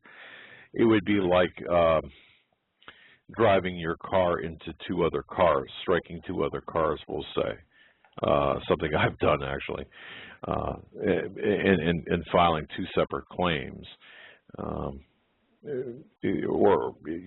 having two separate claims, and being awarded twice for the same accident, which is just ridiculous. And it goes on to say that they question this decision was never explained, the decision to pull or to, if that was his decision. Either way, it was never explained by the Keenan Commission or the 9/11 Commission. The conflicting report of FEMA investigators was also never explained. Right. Now, the Building 7, they collapsed, by the way, free fall acceleration over 2 seconds at a distance of more than 100 feet, equal to at least 8 stories. Yeah, they said you could drop, it dropped into its own footprint, and you could have dropped a brick, I think they say, and it would only have been like a half a second. The building fell almost at free fall speed. What was it? 2/3 of the building fell at free fall speed. 6.5 seconds for a 47-foot skyscraper to collapse into its own footprint that only had minor damage on a couple floors of fire. And you can go, I mean, people have not seen it, please go look up the video of videos of Building 7, of the collapse, do the research, and decide for yourself, because this is one of the smoking guns, and the media won't talk about Building 7. The 9/11 Commission wouldn't talk about Building 7. Donald Rumsfeld on Mancow being interviewed said he didn't know what Building 7 was. I don't know if you guys remember that. I find that very hard to believe, but that was the case. And this is where they, you know, this was the headquarters for the CIA in New York. This was the FBI, and they had all kinds of government agencies in Building 7. This was a very well put together building. It was not your, you know, cheap skyscrapers, if there is such a thing. There are skyscrapers in Brazil that burned for much longer. I'm sure we're not made of the same materials, high-grade materials that the U.S. makes their buildings out of. Well, that never collapsed. Right, and there's a couple of, aside from the building itself, the interior, what was inside the building, as you mentioned, is important. And I do want to mention this, inside that building, in addition to other areas within the Pentagon, there was information related to Able Danger. Yeah. Folks, have you heard about Able Danger? We're going to get into a little bit of that. Able Danger is a keystone, a cornerstone of 9/11. If you haven't heard about, and I don't hear a lot of people talking about Able Danger. When we talk about 9/11, there's very little discussed about Able Danger. What is Able Danger? Well, it was an investigation that actually identified various threats, various people, various hijackers. In fact, 4 of the hijackers, I believe, in fact, 4 were identified years in advance of 9/11 by this Able Danger investigation. Yeah. Now, some of that, about 2.5 or 3 terabytes worth of information. Think about that in 2001, when you're talking terabytes, was destroyed. The official documentation was destroyed by this collapse. So you've got right now we're limiting this discussion to WTC-1, WTC-2, and WTC-7, 3 buildings, all brought down during the course of the day. The first 2 in the morning, and of course, World Trade Center 7 at 5:20 in the evening. World Trade Center 2, by the way, NIST, they admitted that they studied World Trade Center 7. Mm-hmm. They created a report, right? Then they had to revise their position because they failed to explain how the fall of Building 7 could be compatible with some sort of fire-induced process. It just didn't happen that way. So NIST was caught in a lie. They had to revise their report. And so, again, if we were looking for bits and pieces of evidence, solid evidence to show you and say, look, this is a reason to reopen this investigation, that's one of them. So we're trying to bring everyone up to speed here. And I know people are at different levels of knowledge. But basically, my point is, so far, is we have numerous anomalies of government not doing what they're supposed to be doing, pre-knowledge of something going to happen. There was I think the mayor of Detroit or San Francisco was told not to board a plane that morning. Right. And this is stuff you folks heard. And a lot, look, Snopes will say, oh, that is just nonsense. That's all urban legend. No, it's not. We're skipping over a lot of the things that you've likely heard and can verify on your own. We're concentrating on things that perhaps you know. And if not know. I mean, if you don't know, please do so. In fact, what we're going to do, why don't we do this? Why don't we open the phone lines now as we progress into the continued? Is that right? I mean, yeah, we have the Pentagon and Flight 11 left to, talk about, and really line up on the phone lines. We're going to open up the phone lines now. Line up on the phone lines. We're going to get to them as they come in, but we're going to start the Pentagon and the. The Pentagon is one of the, in my opinion, like I said, Building 7 and the Pentagon, one of the 2 biggest smoking guns. If you look, they're at the building before the structure collapsed, after they say the plane hit. There's a period of time, I'm not sure how long it was, a couple minutes, 15, 10 minutes. Well, there was a hole about 10 feet by 15 feet wide, okay? Correct. A 757 is approximately 124.5 feet long. Well, regardless wide, of what the statistics with 44 feet high with the tail. And what we see in the initial damage done to the Pentagon is nothing resembling a plane crash. Now, there is a video only aired once. I think it was by CNN. And the reporter on scene, when they go to him, they ask, you know, what is it like over there? And the reporter says, you know, it looks like the Pentagon has been hit, but in my estimation, and from what I can tell, nothing shows that it was hit by a aircraft. There was no debris, no major pieces of wing, tail, and if you look at the pictures of the Pentagon before the structure collapsed, there's no way that this plane fits through, or there would be much bigger damage. There's no damage to the lawn, and a lot of inconsistencies with this.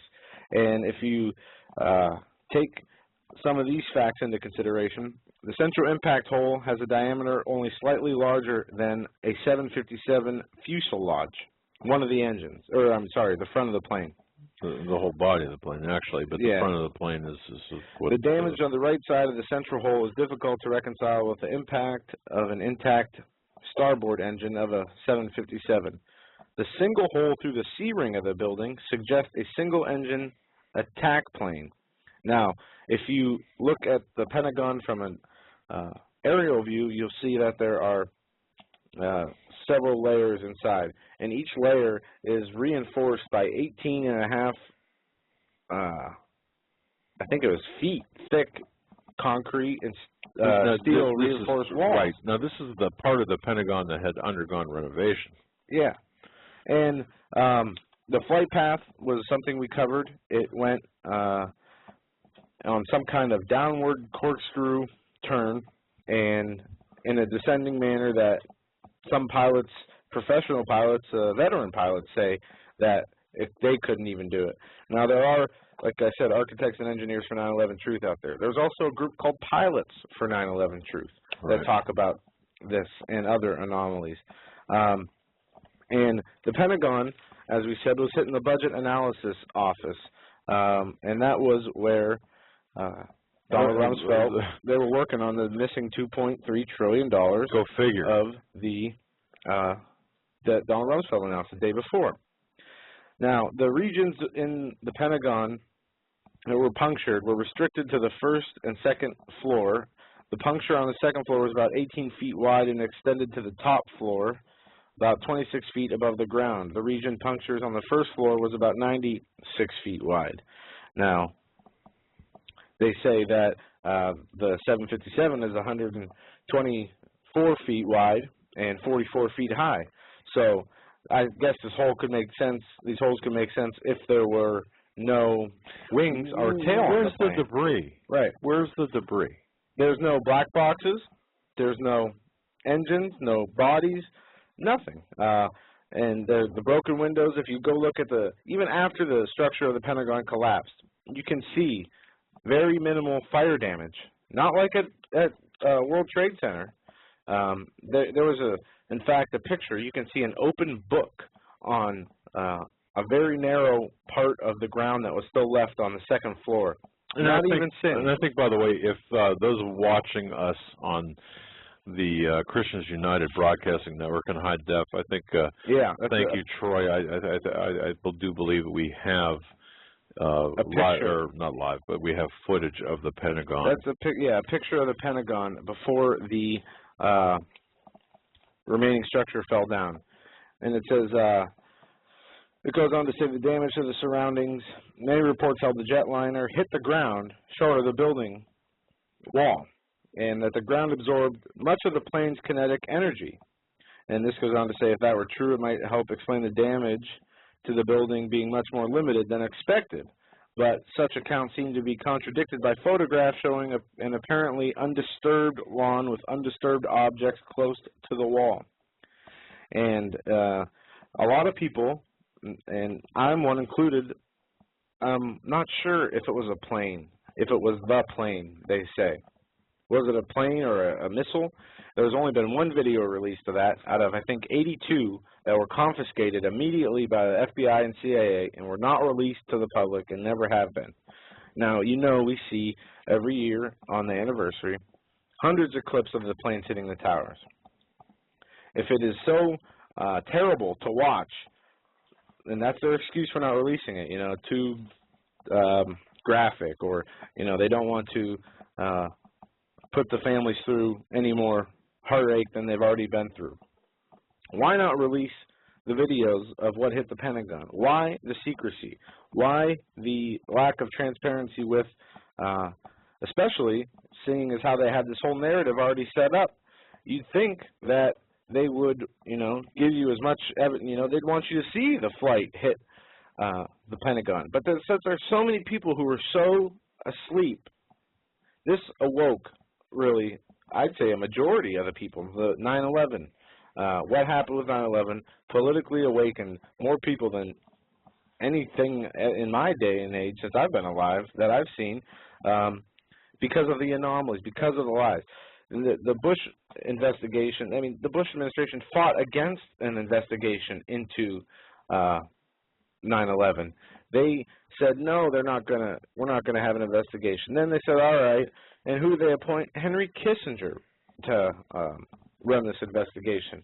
And he had to recuse himself because of his interest with the Saudis and their oil businesses that he was involved in. Well, yeah, let's stick to the Pentagon. Now, we've got, you say that there's really, you're hard-pressed to understand that a plane hit the Pentagon. I'm thinking we've got multiple witnesses. I'm looking at a list of witnesses that includes Steve Anderson. They all work for USA Today, I think.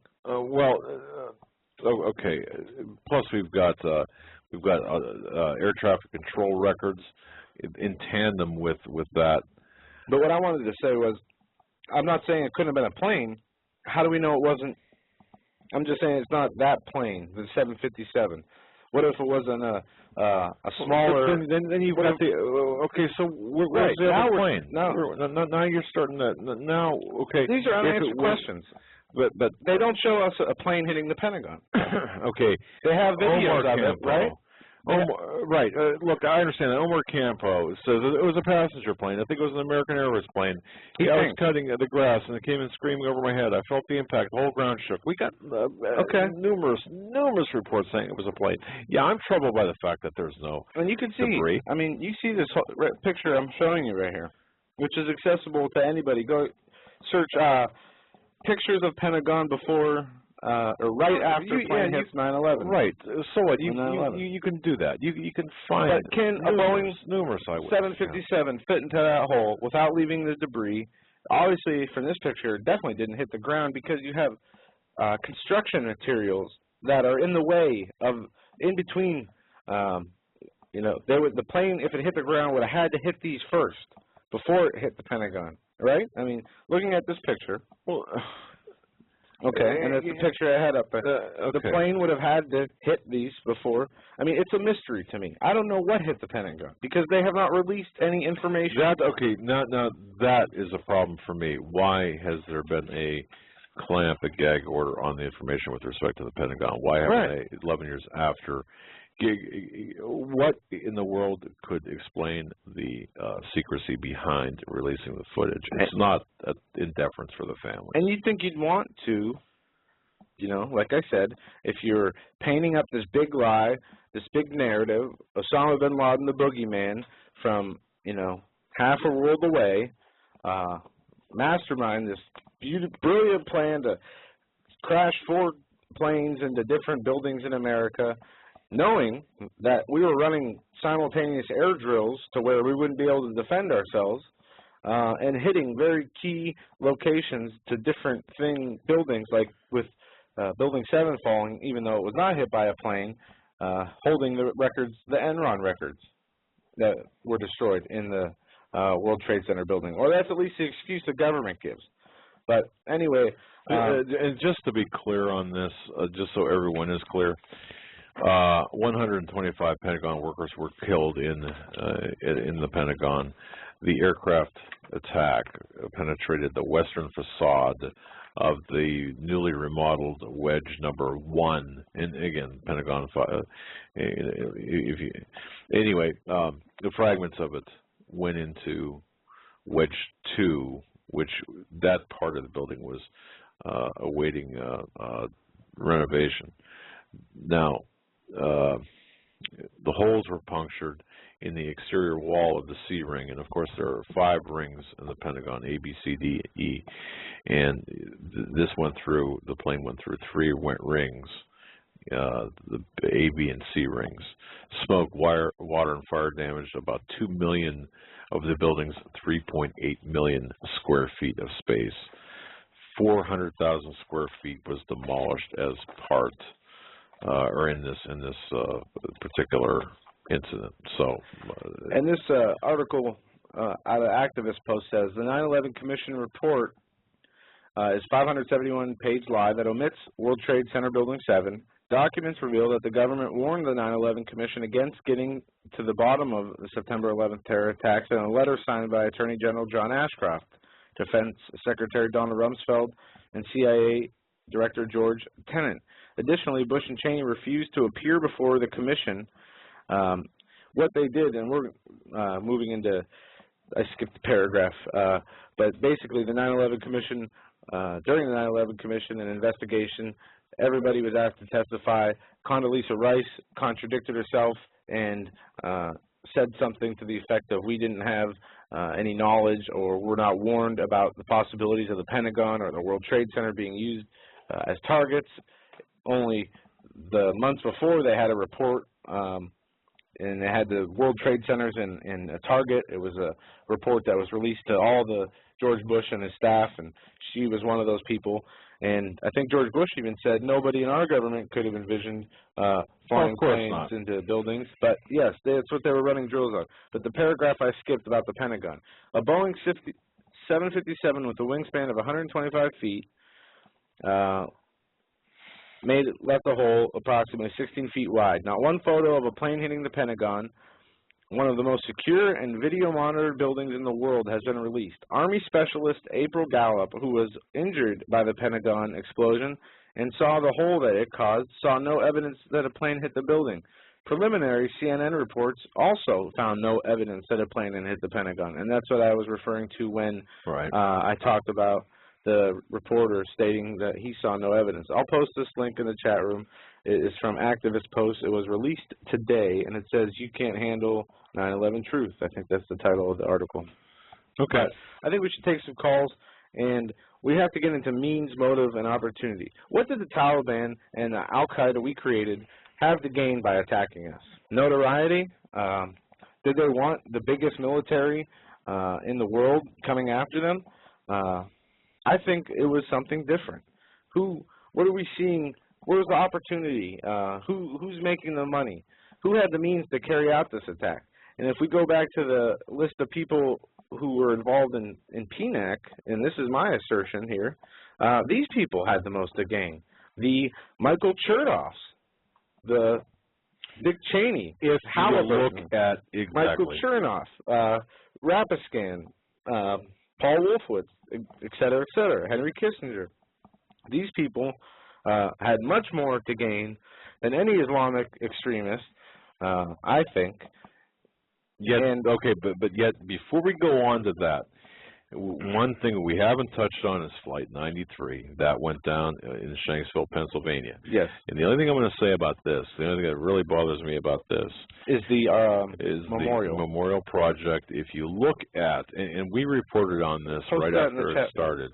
It's if you go to HomelandSecurityUS.com and look up Flight 93 Memorial, it takes you to not only a website, but it discusses our crescent, or it discusses the crescent, the Islamic crescent and the architects involved in the building of this memorial. The fact of the matter is, this memorial is in honor to Islam. Now you might think, well, Doug's lost his senses here. Well, look, It's already been pointed out. We've done this. The winning design chosen to memorialize the heroes, the victims of Flight 93 is, in fact, a red-shaped crescent that looks like an Islamic crescent. In fact, to such a point where it's even got the star in the center. This is called the Crescent of Embrace. Yeah. And its designer is Paul Murdoch Architects. And it's interesting because we investigated this at the time. This is a couple of years ago. People had, we had questioned this. No one would talk to us about it. We had looked into Paul Murdoch Architects. There's very little known about this company. I've got to tell you, that's my biggest area of concern. If you look at the memorial, it is a memorial to Islam, and it's clear to me that this is a plan, that this was in fact planned this way. And one thing I forgot to mention, because we're doing all this in one show, is in the rubble of 9/11, the Twin Towers, apparently police were able to find 2 passports of the hijackers, unscathed. They couldn't find the black boxes, couldn't find people. Right. Couldn't find anything. I've seen this. They found 2 whole we've passports on the ground. We've seen this odd things happen. Yeah. I mean, you know, things happen. We've seen. Really, I mean, of all things you're going to find, the papers are destroyed. I mean, you get a fully intact, 2 fully intact passports that magically fly out of go through this huge impact at the World Trade Center, explode. It comes out of wherever the guy had it, and it lands on the street, and all the dust and rubble falling on top of it.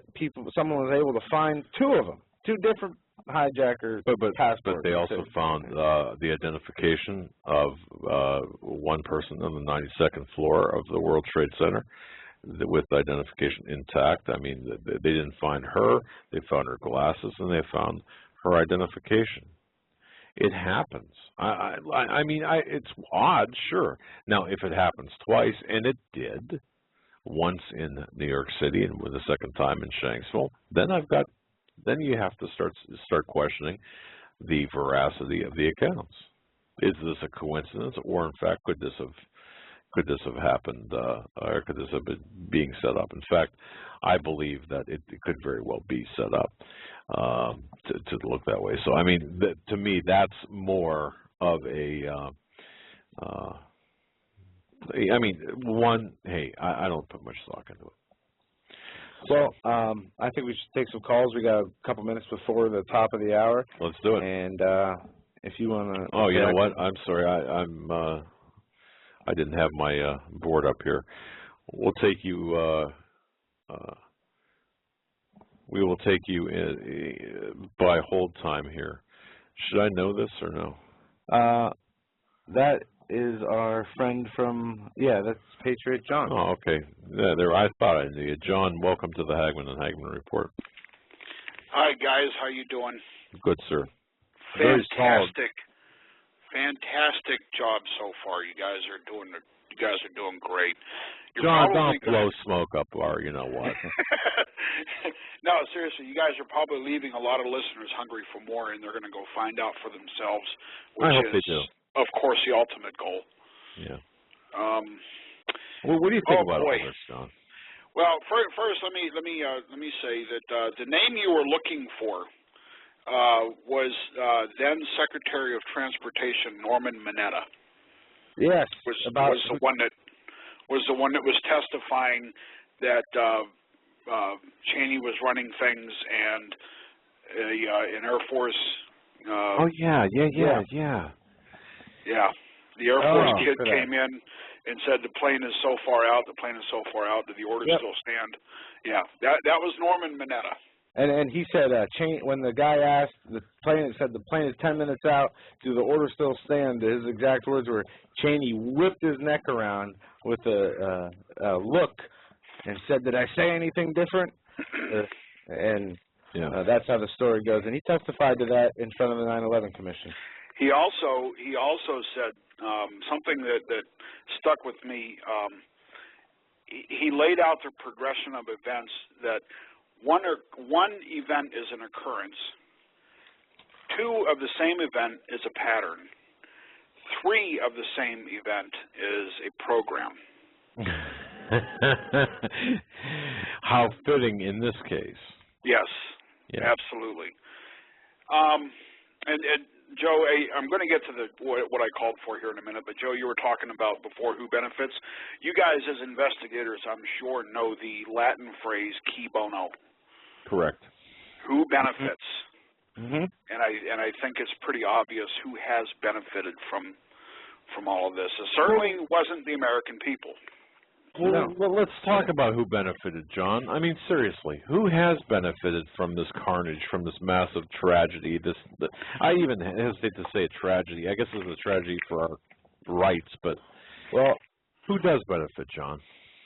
Well, whoever you want to identify them as, the powers that be, are the ones that benefited.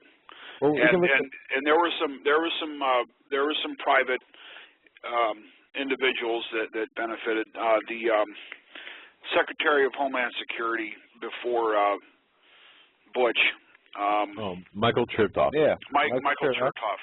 Yeah. Yep. Dick Cheney, Halliburton, and Halliburton. Well, the entire military-industrial complex. Right. Correct. Has benefited from this day, I should say. Yeah. John, I know you're a reasonable guy. Okay, you're a very reasonable man.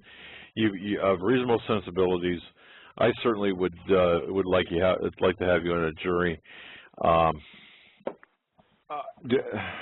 Foreknowledge, government foreknowledge, yes or no?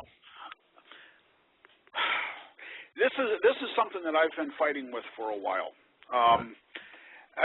There's two lines of thought. There's let it happen on purpose and made it happen on purpose. I am not and have not ever been prepared to say that the government made it happen. However, evidence points to at least foreknowledge and allowing this to happen. I'm with you there. Okay, I don't think the government does anything by themselves. I think the first World Trade Center bombing is a good example. Oklahoma City, they facilitate these occurrences and allow them to take place to the extent that that they want it to occur. And it's my belief that at bare minimum they allowed it to happen. At bare minimum.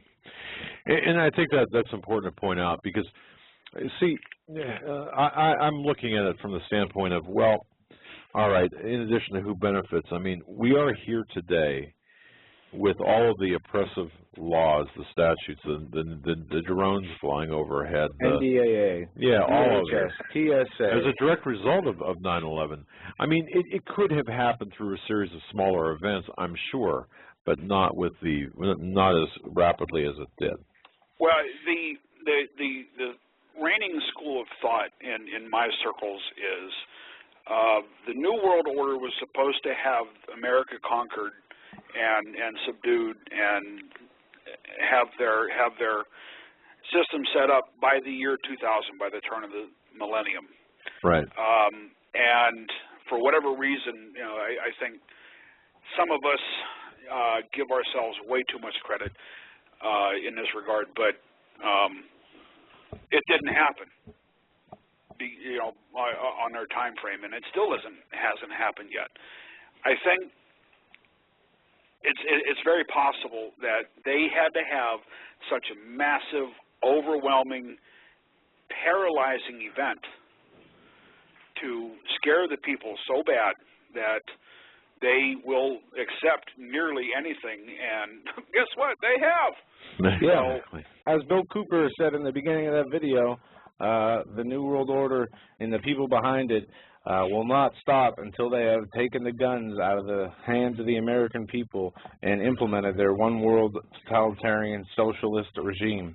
That's right. But the path to that has certainly been laid. Very straight, very narrow, and it's coming to the end in my estimation. Yeah, I think we're in the end stages here. Anyway, to the reason I called, guys, it's after the top of the hour. Do you want to take a break? I can hold.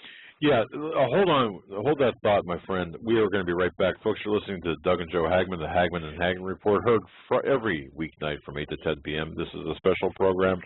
This is, in fact, the anniversary of 9/11. This is a live broadcast.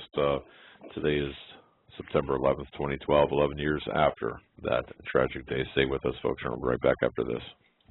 Hi, folks. Doug Hagmann here. You might know me as the co-host from the Hagmann and Hagmann Report, or as a frequent guest on Coast to Coast AM with George Norrie. If you're like me, you're tired and confused over today's headlines. You just don't know where to turn for accurate, concise information about really what's going on, what's truly going on in today's society. If you don't know where to turn for accurate, well-researched, and properly vetted news, I've got a suggestion.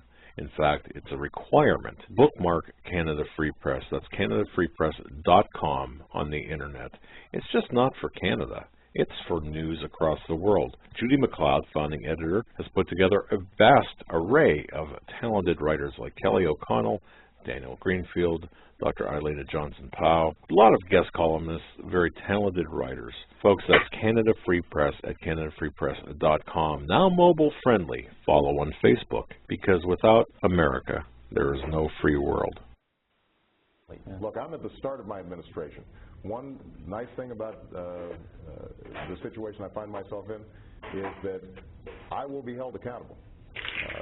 I've got 4 years. You're going to know quickly how people feel about what's happening. That's exactly right. And a year from now, I think people are going to see that we're starting to make some progress, but there's still some pain out there. If I don't have this done in 3 years, then there's going to be a one-term proposition.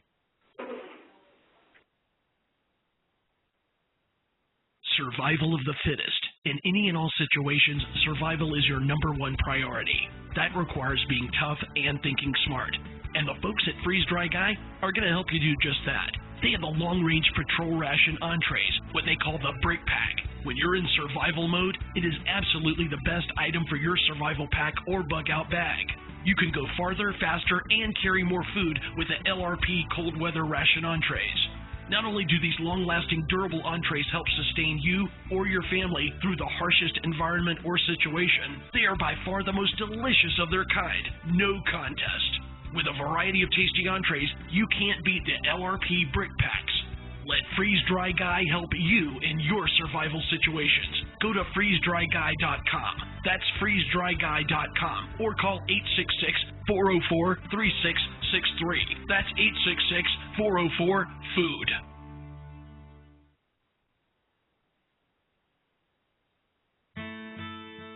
You better wake up fast and listen to this, America. The Obama campaign has launched attack squads disguised as truth teams dedicated to intimidating and silencing all political dissent carried over the internet that criticizes the Marxist Obama. Truth Squad specifically focused on covering up Obama's endless trail of lies, corruption, and subversion, and using the Gestapo power of our own government to police and censor the internet and shut down websites that dare to carry the real truth about Obama's Marxist coup. Remember the names of these Gestapo-style agencies at work right there in your neighborhood. KeepingHisWord.com, KeepingGOPHonest.com, and AttackWatch.com. KGB, SS, and Gestapo-style police-state gangster organizations at work to silence the important voices of patriot dissent, some of which have already been shut down by Obama's orders. Adolf Hitler would have been proud. We're the 21st century Tea Party patriots.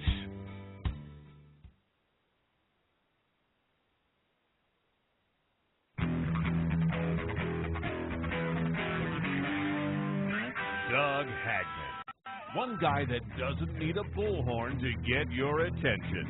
You want answers! I want the truth! You can't handle the truth!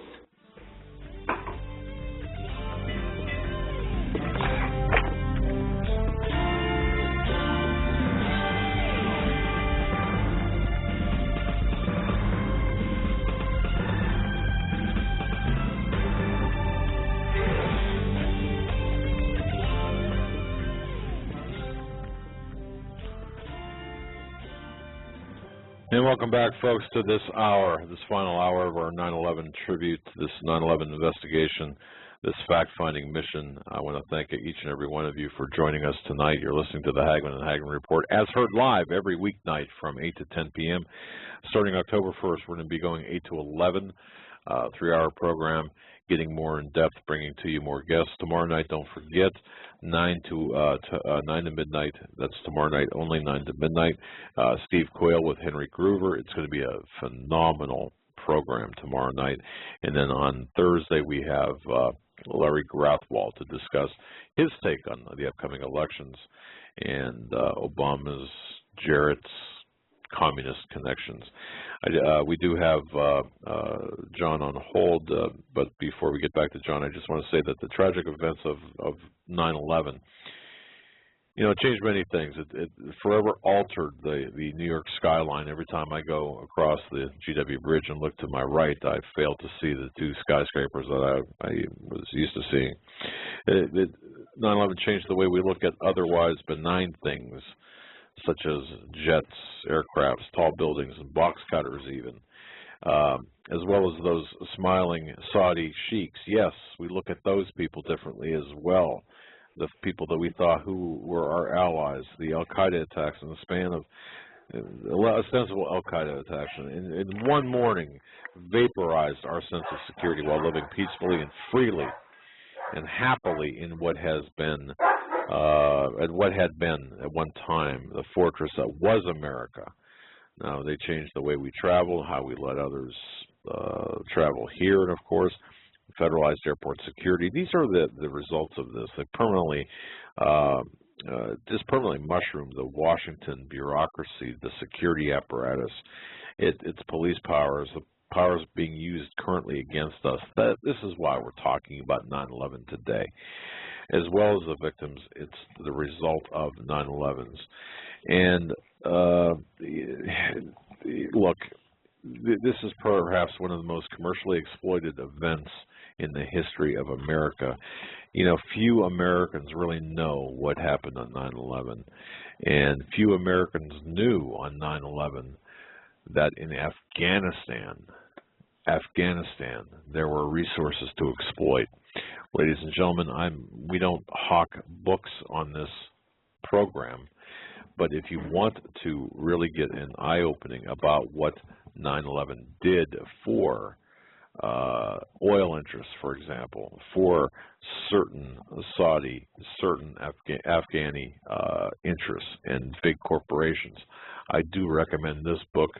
It's been out for a number of years. It's called Crude Politics by Paul Sperry. This will give you some background if you're watching this on high def via HomelandSecurityUS.com, compliments of the Christian United Broadcasting Network. You can see this book. I'm holding it up. It is indeed a great read. I have many sections of this bookmarked. It gives you the cast of characters from Condoleezza Rice to George Bush to Halliburton to Wendy Chamberlain, people that you never heard about, Musharraf, of course you know, Richard Armitage, and all the usual cast of characters. That said, I want to welcome back Joe to the program. Joe? Yeah, glad to be back. And I don't know one thing if we mentioned or not. Did you mention about George Bush? All flights were grounded after 9/11? That's right, and we have to get into the exodus of the Saudis royals. Except for one. One family was allowed to fly out of America when all other flights were grounded, and George Bush flew the Osama bin Laden family out, I think, on 18 flights. There were a number of flights that took place during the week of 9/11, originating in Florida, and actually originating in various spots throughout the country, first in Florida, then in California, then in Arizona, all going to Kentucky, and then out through Washington. I believe it was Washington. Yeah. And here's the sad fact. The FBI they were not allowed by executive order, by the order of George W. Bush, they were not allowed to interview, speak with, or otherwise interrogate or talk with any of the members of those plane rides. And that coincides with Able Danger, and they were stopped in investigating and, you know, capturing bin Laden. They were Right. stopped from investigating. There's a bin Laden family that was taken. The Able Danger were investigating the terrorists the 9/11 Commission says carried out these attacks, directly investigating these people, saying they think they were going to attack, and they were stopped. They were told to stand down. One FBI agent was even moved off of his assignment and put into the Trade Center towers, and was his first day of work was September 11th. Yeah, John O'Neill. He was killed. And I have to say one more thing before we go back to John. Mr. O'Neill was really, I mean, what a shame. He was. Folks, definitely do some research on John O'Neill and his position with respect to his warnings, his prior warnings. But the flights out of America, if you don't think that things are still going on today, they are. One family that is close to the bin Laden family left their home in Florida. We referenced this earlier this year. They left their home in a hurry, such a hurry that they left food on the stove, plates on the table, and it was a family, I think, of 8, and they left the country suddenly and inexplicably. This does relate to the events of 9/11, at least at its periphery, because of their relationship to the bin Laden family. John, welcome back to the program. Thank you very much, guys. You guys, go ahead. No, I just wanted to say, John, we have a few other people on hold that we want to get to. So if you could keep it brief, we'd appreciate it. Sure. Absolutely. You guys know, but your listeners probably don't. I'm a firefighter. I have been for off and on for probably the last 35 years. And I'm here to tell you, fire did not bring down any one of those 3 buildings. Jet fuel is made of highly refined kerosene. Kerosene burns in an open air environment, which is what it was doing that day, at a temperature of roughly 1800 degrees. You add in the furnishings in the office, you might add maybe another 100, 150 degrees temperature, nowhere near what was what would be capable of bringing down that building through melted steel, or what they termed thermal expansion. I can say that with 100% certainty. I know what fire does, and I know for a fact that those buildings did not come down as a result of fire. So, John, what do you think brought them down? To me, it's obvious a controlled demolition. All right. To be very brief, the North Tower, I think it was the second hit that took the plane into the corner, that basically took out that entire corner. It would have been sensible for that building to break off and fall at the wound in the building and leave the rest standing, but which it actually started to do. When you look at slow motion footage of the collapse, it actually started right in that corner, and then it should have continued to tip over like it did, and just fall to the street, leaving the vast majority of the rest of the building standing. Right. But of course, it didn't. So in your experience, and we've talked to many firefighters off air who quietly say, look, this is not the story. I mean, the official narrative is not the correct story, and I'm amazed by the number of firefighters who have not spoken up, because they lost so many on that day. But I understand it. I don't agree with it, but I do understand it. Yeah, I do too.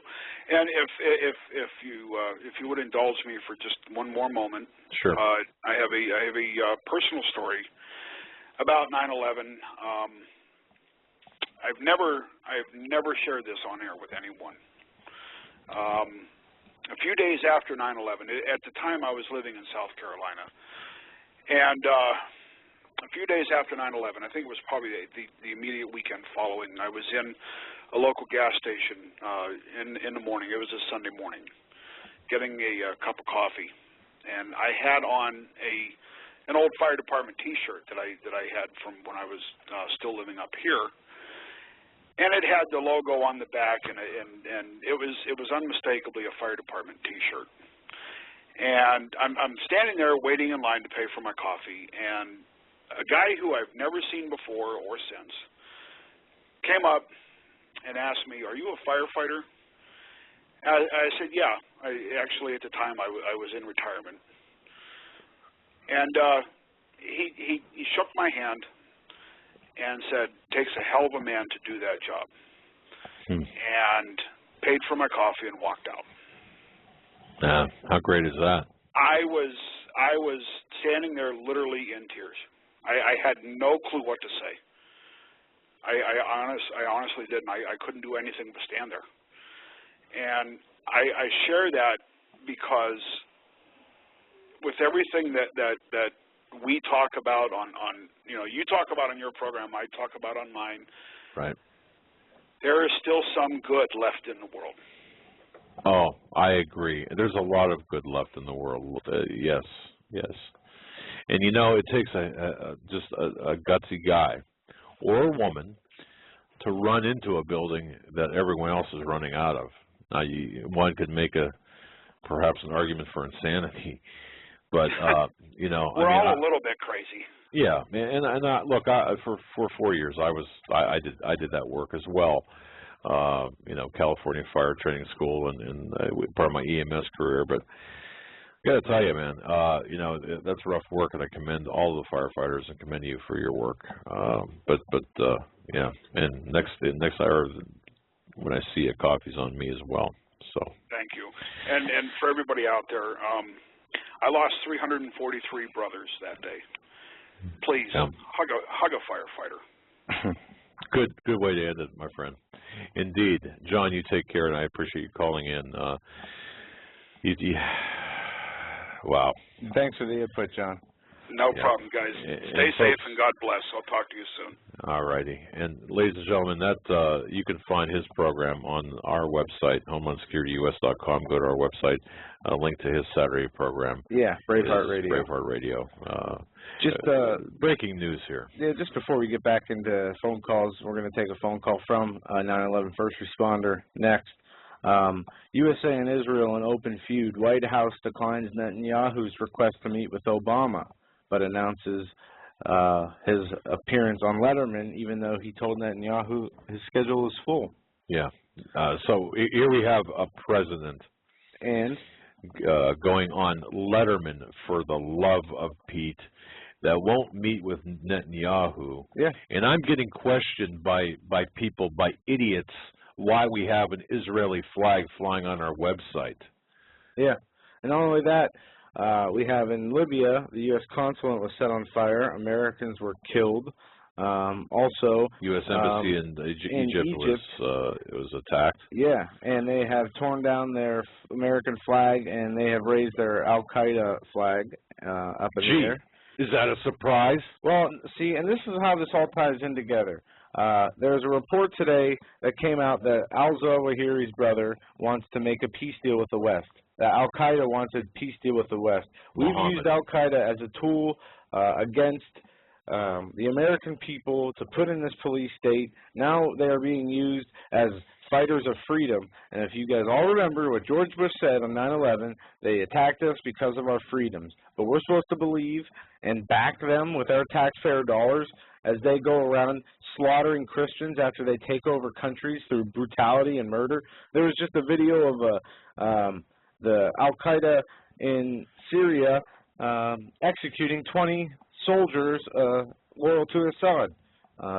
This is just complete crap what they're doing. They have turned the police state apparatus in on us as they are saying Al-Qaeda is now our friend. That's right, and this is a direct result of what, I mean, you could follow the trail, follow the breadcrumbs. So, yeah.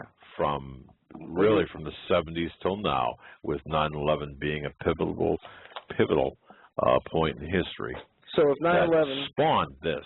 Yeah, if 9/11 was carried out by Al-Qaeda to start a war against the United States, why then are we helping Al-Qaeda? Yet there's a law that was just passed and signed by the president stating that they can kill you without trial or evidence if you are even suspected of being involved with Al-Qaeda's associated forces. That's right. Just so disgustingly broad, unconstitutional, criminal, and, you know, what more proof do you need? No, there is none. And on December of 2008, I wrote an article saying that the United States was going to not only abandon but turn against Israel. That's exactly what's happening right now. All right. Thank you for holding. We're going to go to Phil. Phil, you're on with Doug and Joe. Thanks for holding so long, buddy. Yeah, that's all right. I almost fell asleep on you. Well, we do provide pillows, blankets, and seat belts just in case. That's cool. Oh God, I don't even know where to begin. Phil is a first responder. He is having and has been going through medical problems due to his service at 9/11. Yes, on Ground Zero there in New York City. One of the brave men running into the burning buildings. You know, I mean, my job was, I was just trying to get people who were, we had a couple of severely injured people on the higher floors, you know, and we were just trying to get people out. I mean, the first tower came down already. I knew it would happen. I had a gut instinct. 8 minutes before it came down, I mean, I heard a couple of thuds, and I said, all right, let's get the hell out of here. You know, so I knew it was coming down, you know, and I knew we were in trouble, and I pulled as many people of mine that I could out, you know, and the medical problems didn't start right away. They started years later, except the wheezing started a few months later. And I don't even know where to begin. You know, what do you touch? What do you discuss? How the World Trade Center Health Commission is treating us? How Dr. Jeffrey Hunter has been withholding out the cancer diagnoses? How legislators have been holding out for getting us the money we deserve? Many of us lost our livelihoods. See, the New York City firemen were there. They were paid to be there. There were fire departments throughout the state that were volunteer fire departments and ambulance corps. And the workers' comp funds didn't even go far enough on that. So, being down there that day, being a first responder, what is your belief as to what happened that day and who caused it? The truth, at this point, the way I see the government going, and for where we are now, we needed that event to get us to where we are now. So I think rogue elements within the government, certainly. I think Bush was a useful idiot in the events leading to 9/11. I would like to see justice done, but I know it's not going to happen. But at least I want to see, for my brothers and sisters, the firemen, the police, the EMTs and paramedics, let them get rewarded, you know, and let them get their stipend and let them get whatever they can, because a lot of us aren't working anymore. Okay. By a miracle of telecommuting, I'm working now for Apple as an iOS. But Phil, hang on a minute. Let me ask you about the day of 9/11, okay? Let me hit you with some lightning round questions, if you don't mind. First of all, how long were you at Ground Zero? 8 days. You left your house, went to Ground Zero. 8 days later, you came back. Is that what you're telling me? Yep. All right. I lived on the cruise ship. I showered there. I didn't even want to stay on the cruise ship. To me, a cruise ship is a place to vacation, not to get R&R from the type of duty we were. I'd rather have slept on my sea bag, my trauma bag, which I did the first 3 days. A lot of firefighters I knew personally died. Okay. You know, over the years. And I have a funny feeling, you know, I mean, I'll be joining them sooner rather than later, but well, Phil, you've got, okay, let me ask you. You were doing recovery, or well, actually, it went from rescue to recovery. Yeah, all I do is treat the diggers, basically, from cuts, bruises, broken bones. at that point, and we just waited around and waited to transport people to the hospital at that point. After the first day, there was nobody to rescue. Right. Now, were you wearing any type of protective breathing apparatus? No. We weren't told anything until the second day. At that point, and it was ready. The temperatures were way too high up. I was going to be digging and stuff to wear anything. Right. You try wearing a respirator while trying to treat a wound or talk to a patient. You can't. Yeah, it's not happening. You're not going to be able to do it. After you were warned, we'll say, or alerted to the fact that there could have been some, or could be some nasty toxic things in the air. I mean, also you got to remember, by the church, they were serving food also. And they had food, okay, and it was open to the air, and the doctor said, even if you were to shower and decontaminate every day, you were still being exposed to it by what you were eating down there. And I said, something? You're right, Dr. Burke. I didn't think of that. So even if... Phil, I know that you're physically impaired from 9/11, from your rescue and the recovery efforts during those 8 days. What's your diagnosis, if you don't mind sharing? Reactive airway disease, asthma. I had kidney cancer, which they don't want to touch yet. Let's see. Cardiomyopathy, which may or may not be related, but more genetic, but was certainly exacerbated by the airway. Okay. So ultimately, something I was living with for my entire life and living well with became an ultimate nightmare and almost killed me about, 7 months ago? Do you require me to have surgery? Do you have any claims or... Yeah, I have a great law firm, and my attorney is pretty good, Matt McCulley. All right. From Park Wakeman and Alonzo. Matt McCulley was an NYPD detective. He was one of the smart ones. He didn't stick around. He came down, and then left the scene later that day. And because his job was just as a detective, basically. So. What's your prognosis, Phil? What's your prognosis? Let's see, albuterol twice a day. I have my work Mac has an inhaler there.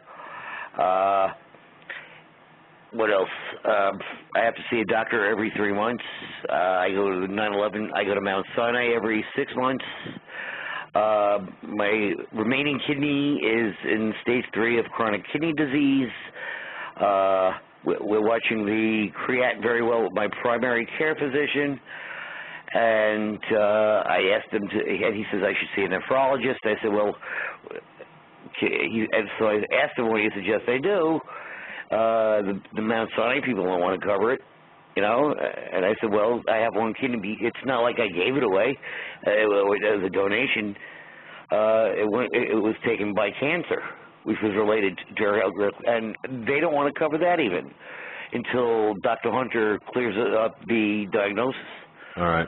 So you got to realize cancer with more rarer cancers too. It's not like lung cancer or any of the others. It's a very rare cancer. One out of every 1,000 get it. It's 30,000 cases a year. Except in Lower Manhattan. They just announced yesterday that they were wrong about the air quality, and there are 50 new or different types of cancers that are caused by the air down there, the air quality. Yeah, kidney cancer is one of them. So it's not a genetic luck to draw for me. It's obvious. No. So now what am I going to do? So I lost 12 years of my work life where I was making good money at an auto group as an internet manager. What am I going to do? I cough a lot. I cough up a lot of phlegm. Right. All the time. I work from home, so I can try to isolate myself. I go maybe on one trip every couple of years because of a rich friend. What am I going to do? I mean, what more? I want to serve my. How many others? I want to serve my country. I want to get, you know, and this is a fight I want to get into. But at the same time, people say you're bidding for God and country. I mean, I even did one last hurrah in 2010 when Bed-Stuy Voluntary Middle School was trying to get down to Haiti. I helped organize the flight for them. I helped organize the money, and I even went along. And they were all looking at me saying, "You can't go, Phil." And I said, "Yeah, I'm going." And they said, "You're crazy." And I said, "When have I not been crazy?" Yeah, did you go? Did you go? Yeah, I went to Haiti. I have the stamp in my passport. 3 days later, they were carrying me a mile to a helicopter. You know, and came back home after, 3 days of being in Homestead, in the hospital at Homestead with narrow kidney failure and physical collapse. So, yeah, you could say I'm in bad shape. Well, Phil, you've got our blessing, our prayers, and our thoughts. We certainly thank you for everything you've done, which doesn't even begin to cover what you're going through right now. My question to you is Braveheart Radio. Was he a New York State fireman? New York, or Pennsylvania State fireman. Yeah, I want to hook up with the guy. Can you give him my phone number and everything? We can do that. We can do that, Phil. Yeah. Also, okay. Even though I'm working for Apple Computer and still on disability, which is going to be cut in a couple of months, I still struggle day to day to pay my bills. Yeah, that's hard. It's rough because I'm sure that a lot of your bills are medically related, are they not? Well, yeah, definitely, and a lot of co-pays, a lot of, even with Medicare, it just doesn't help, and then all the times I've been in and out of the hospital, if I don't send the hospital $50 here, $20 here, they'll come and take things from me. You know that. Yeah, I know that, Phil. Phil, we're going to be talking off air because we can't let you suffer like that. So we're going to connect you. We're going to hook you up with John. In the meantime, I want you to take care. And I just want to say God bless you and thank you for what you've done. By the way, I do have one announcement. Tomorrow is the beginning of what I call iOS Mania. From 12 to 8:30, I will be getting back-to-back calls with no breaks in between as the new iPhone 5 comes out and other devices, which not allowed to discuss. Oh, well. All will be revealed. Oh, gosh, Phil. Well, thanks for that announcement. Heads up, everybody. Yeah. God bless you, my friend. Thank you for your service, and thanks for calling into the show, Phil. Take care. All right, we're going to move to Jim right now. We're going to move to Jim. All right. Jim, thanks for holding so long with us. You're on with Doug and Joe Hagmann. Hey, Doug and Joe. This is Jim. I'm watching for Truth Lord. How you doing? Good, my friend. What's on your mind? Did you guys know about when the Bin Laden took out September 11th? Why did they let the family go away? Why did they let him go away?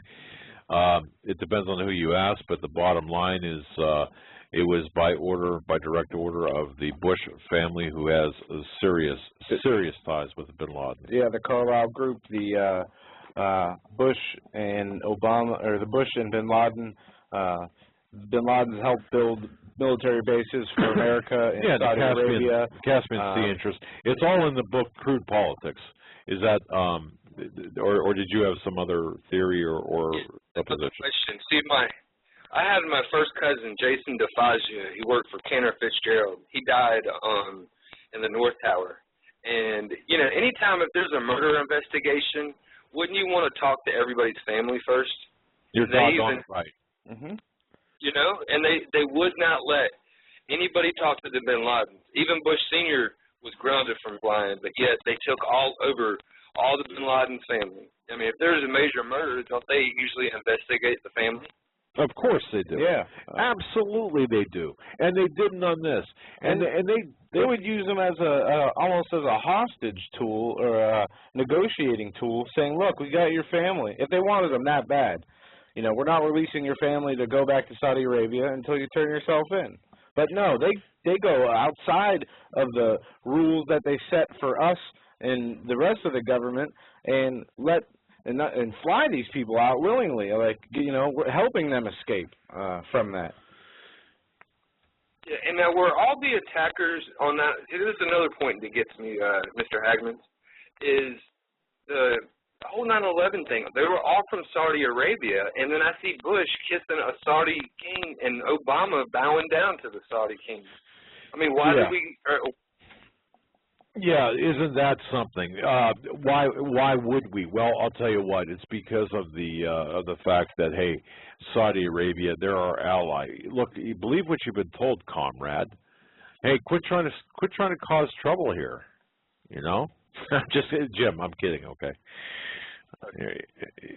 No, you're exactly 100% correct in this. First of all, you're right. In fact, one of the Crude Politics describes there was one plane. You still with me, Jim? Yes, sir. Okay, I didn't want you to hang up because I was kidding around with you. Okay. They described one flight where this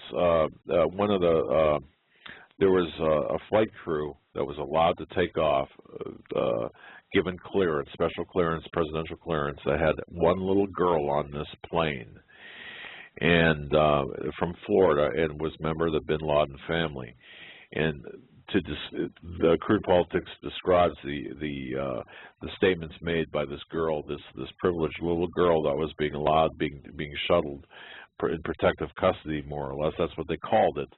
And the fact that, you know, while people were still being pulled out of the rubble of the Trade Center, and the fact is, the stewardess the flight attendant on this flight couldn't stop crying because of the fact that she lost quite a few friends. It was the same. In fact, it was one of the same airlines, American Airlines, I believe. That was allowed to fly. She lost her friends that day that she had to fly this Saudi girl, this privileged Saudi girl, out of the country, or to a private Saudi jet parked at one of the airports. Yeah, it's ridiculous. It's Harkin Energy. It's George H. Herbert Walker Bush. It's Condoleezza Rice. It's Richard Armitage. These are the people that were making the deals. It's Dick Cheney. It's Zalmay Khalilzad. It's Wendy Chamberlain. It's Christina Rocca. It's Sam Brownback. It's Musharraf. It's Karzai and Karzai's people. It's Marsica, Jack Marsica, Brent Scrowcroft. All of these people have their hands in this Unical, oil, Harkin Energy, so on and so forth. These are the people that we have to point the blame at for that. I didn't mean to go on a monologue and a diatribe there. Oh, I like it. No, it's good, because I just wonder, like, how on September 11th, you look in Revelation 9:11, and it even says on that date it's Apollyon, which is called the destroyer number, you know. Yeah, exactly. Now, you know, I don't think any of that's coincidence. And folks listening to this program, do you? I mean, and caller, you obviously don't, right? You don't think that's coincidence, do you? I mean, to me, this is, I mean, for one anomaly to happen would raise questions. But for so many, not even anomalies, just so many out of the ordinary, completely opposite of the way it should be, things happen that day. Too many to count, too many to go through on this show. We tried in the first 2 hours to say as much as we could, reading from the points we had, and there's still some. I thought you were talking about SATCOM, right? I'm sorry? SATCOM were they having their game? That was NORAD, I think. Yeah, it was a few agencies, FEMA, NORAD. They were doing drills. The short options put on the put options put on the airline stocks. The people in high power are told not to fly that morning. I mean, all the anomalies that they just don't. When you put it together, it paints a bigger picture. Especially looking at who is in charge. Why do the anomalies, Mr. Hagmann? I mean, like, how about Flight 93? Rumsfeld said we shot the the plane in Pennsylvania. You ever heard that on YouTube? Oh, sure, Yes. sure. And I've talked to my quote handler, if you will, responded to the Flight 93 debris field, and there's some serious questions about it being shot down. I mean, look at the purpose too. The lady that was in charge of that investigation, the first thing she did, she got in the head of the what do you call it when people work for the Justice Department? Attorney General. Right. And she said her first order of business, you know what she did to protect us? She put Tommy Chong in jail for bombs. The same lady that was involved. Just a little tiny lady. It was amazing how that catapulted her career. I wish I had her name. I'm just really emotional. September 11th has always been an emotional night with my family, and of course with every American, really. Have you lost? He just said he lost his brother. Okay. First That's cousin, right. yeah. First cousin. My family. Yeah, I'm terribly sorry to hear that. And yeah. Get back to your program, guys. I just wanted to talk to you because I knew you guys were like one of the best investigators, and I just wanted to make sure that there were bin Ladens that flew out post facto, and anybody that was an investigator, that's the first thing you do with the murder is investigate the family, right? I mean, I'm not an investigator, but... Well, yeah, you secure the crime scene and evidence, and you gather the people who are involved, and, you know, you don't ship them off secretly to foreign lands before you can talk to them. Did our government do that? Yeah. Our government did that. Yes. So I'm saying that is treason then, because... Yeah. That was my family members. I don't care what our government. I was a soldier. I'm not anti-government. I love my country, but our government is a bunch of nonsense Luciferian worshipers. Yeah, absolutely. And it's not anti-government. It's anti-criminal or anti-corruption. And to see that, I can understand your passion. I mean. I have the same passion, and I didn't lose anybody in the towers, but the lives, all the people that have been affected from across the world to our country, and it's just so sad to see this, just so a few can get more wealthy, get more resources, and gain the world and lose their soul in the end. Amen. Yeah. That's straight from the words of Jesus. I got one thing before I leave you. I got to be really careful how I say this, but I know of somebody that works with a bunch of lawyers. Are you guys familiar with that World Trade Center fund? Yes. You know how much they paid out on it? No. All public information. They're waiting for everyone to die, all the first responders. They've only paid the interest. They haven't paid one single dime. That's okay. I'm not yelling at you guys. I'm just, it's preposterous how nobody's taken all this stuff, rising up and saying, who are you to do this? We are free Christians. Right. We have people telling us that they're treasonous. We have the whole system. I'm sorry, brother. No, you know, my friend, you're exactly right. Yeah. The 9/11 fund. I mean, we've got the lawsuits right now against the Saudis that they're being stymied by the Obama administration. Folks, there are multiple lawsuits by 9/11 family members against the nation of Saudi Arabia, the royal family of Saudi Arabia, that are being stopped by this Justice Department and by the Obama administration. It's crazy. And you're right. The fact that the funds, the interest is just being paid out as opposed to the settlements, waiting for these people to die. Yeah, in fact, was pulling people out of the buildings, and he's dying of cancer now. Right. Yeah. Right. And it makes you want to cry. I mean, look, there's so many more first responders who were sick than people who died in the towers that day. It's like, I think 30,000, 40,000. And that's right. If that doesn't make people rise up, nothing will. And by the way, you're thinking of Mary Beth Buchanan from the Chong, I believe, U.S. Attorney Mary Beth. Mary Beth. She do the time. My mind flows a lot from here to there. Yes. She was the same exact lady, right? Isn't that? I mean, I'm going to use my words, but that is completely ridiculous. Putting people, Tommy Chong, the only thing he ever did was mess with a plant that God made, but instead they're going to worry and let the Bin Laden fly free. Well, that was Operation Pipe Dreams. Hey, yeah.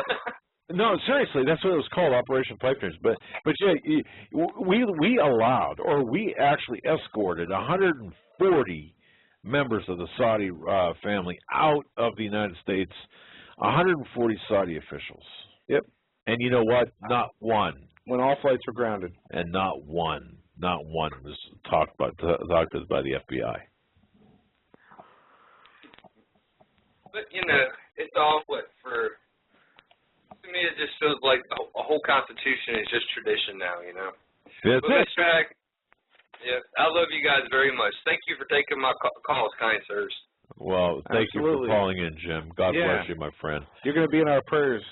Indeed, and your cousin as well. I want to let you guys know you're on my show too right now. Oh, okay. Yeah, we're on the same network. Oh, yeah, this is Jim watching for truth. Okay, Jim, God bless you, man. Love you guys. Thank you. God bless. Love you too, man. Thank you, Jim. And I'm going to be reaching out to you, knowing that it was you that called in. I appreciate the call. How great is that, right? Yeah. We got the next caller was Vernon. Vernon, I've been for a long time. Vernon, what? Are you awake, buddy? Yes, I'm awoke, and I'm taking it all in, all the callers, and you know, there's so much information and it's dynamite. Doug and Joe. First of all, God bless everyone in the chat room and to Doug and Joe. And I have to respond to pretty much all the callers. The first call was, his name was John, and when he said those buildings did not come down by fire, I said, thank you very much. There was information that came out in the early days, and, you know, just like this happened, 2001, right. And all the conspiracy theories in the world came out, and I myself, among everyone else, I don't want to hear that because, you know, it's just a theory, you know. But the scientific community had came out and said it is impossible for them buildings, you know, for that fuel, that jet fuel. First of all, half the jet fuel was burnt out before it even went into the building, number one. All right? The fuel that was left was impossible for that fuel to heat those steel beams and melt the steel beams like we were told to bring the buildings down. That was the scientific community that said that. Try to find that information today.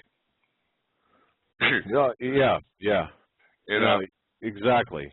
Firefighters Magazine also said that no buildings had ever fell due to fire, and that 9/11 was but you know what, Vernon? The other side's got the best experts that money can buy and say, oh yeah, it happened that way. Yeah. You know, so. Yeah. But there's a lot of questions though, Doug. Not only the physical, you know, the physical part of it. Well, let me get one more part in there because there was a video out there that was showing how the buildings were being imploded, and the commentators were saying, you know, listen, and you would hear it go boom, boom, boom. Right. It was a video, stack by stack, okay, and those buildings came down. And like the gentleman say, they were imploded, okay? That's number one. Then let's go on another level. Immediately during 9/11, we were looking for Bin Laden immediately.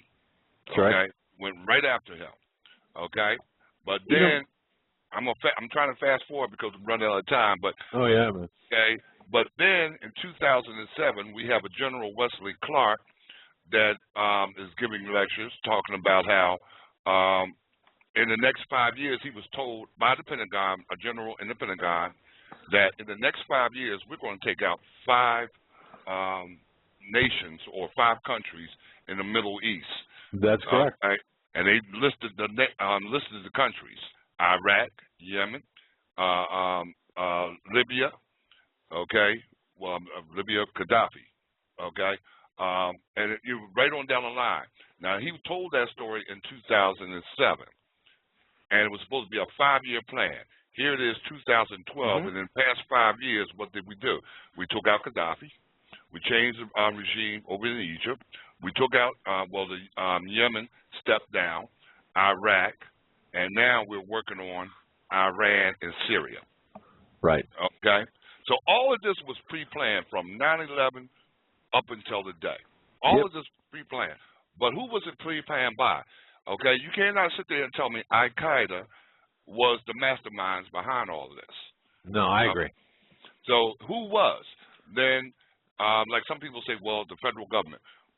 Okay. Well, who's in control of the federal government? Because it's not our elected officials. That much I know we can agree on. Okay, so we have to be talking about secret orders and secret societies. I agree. Okay, so now the bottom line here is all of this from 9/11 until today has been leading up to one thing: the New World Order. The New World Order do not come into a play. Do not come into full force. The New World Order is here. It's in control. Okay. And in past, they've said through various talking heads that they will have a New World Order through consent or through conquest. Exactly. And they are choosing the conquest route, as we can see. Right. And this is the reason why I called, because I know you gentlemen are going to be on at 11 o'clock tomorrow. On Thursday as well. But Thursday night, I'm doing my show. Okay, now I have an individual coming in that's going to give lectures on secret orders and secret societies. Now I know you won't be able to make it. I was hoping that you would, but I'll be sending you the playback of that. Oh, and perfect. Then maybe I can set up a meeting with you and Doug. And this gentleman here is a Dr. Catlin Williams. He's a professor of theology, and he lectures on secret orders and secret societies. And I would love to get you gentlemen together in the same room. Oh, I love that. Okay. But the bottom line, Doug and Joe, is this. As we all know, the Lord Jesus Christ is on his way back, and we're at a war. We have been at a war, a physical war and a spiritual war against the enemy. And the enemy is the ones that's controlling these Luciferian puppets. If and it's truly Luciferian indeed. Okay. And they got their point where they want to be, and that's all right. You can, because as far as I'm concerned, this is not my home. I got my eyes on the prize upstairs. Okay. Boy, I'm right there with you, my friend. So, but again, to all the families, you know, my prayers have always been with you. To the first responders and to all the fire departments, and you know, even the volunteer people, because you was given a very raw deal. Michael Moore did a movie how he had to take those that were volunteers over into Cuba to get treated. People that was on their last leg, and this government did nothing. Yeah, it's shameful how we treated our first responders, our heroes. Yeah. You know, Vernon, it really is. But let's hook up. Yeah, I've got to. Well, I'll tell you, that's going to be a great show you're going to have with that theologian. And, right. You said that's Thursday? This is going to be Thursday night. I come on at 9 o'clock. We're going to be calling him for the second hour at 10 o'clock. And I'm going to send you the link now. I'll put the link now into my YouTube video I did for the promo. Okay. But I would love to have you, Doug, and Joe, along with Pastor Paul and Dr. Catlin Williams in the same conference, on the same show. That would be truly awesome. Well, we'll definitely see what we can do. Vernon, send that link to us or put it in the description of YouTube. We're going to let you go and try to get one more caller in before you end the show. That's beautiful. Look. Oh, man, Vernon, I'm sorry I cut you off there. I didn't mean to do that. 440, sorry to keep you on hold so long. Yeah, that's okay. How you guys doing? This is Paul. Go ahead, Paul. Hi, Paul. We got about 2 minutes. Good to talk to you. Let's. I know. Yeah. Well, you know, I started out with a list of things, but I'm going to have to cut it short. You made a statement about books. Could you clarify that for me, Doug? I don't think I quite understood what you meant. In other words, Oh, we don't hawk books. In other words, we don't sell books, but I recommend Crude Politics by Paul Sperry. Okay. See, because I didn't quite hear the whole thing, you know. Right. Or catch the whole thing. I mean, all I heard was, well, this show and books, and it sounded kind of negative. And I said, wait a minute. I said, that don't sound like them, you know.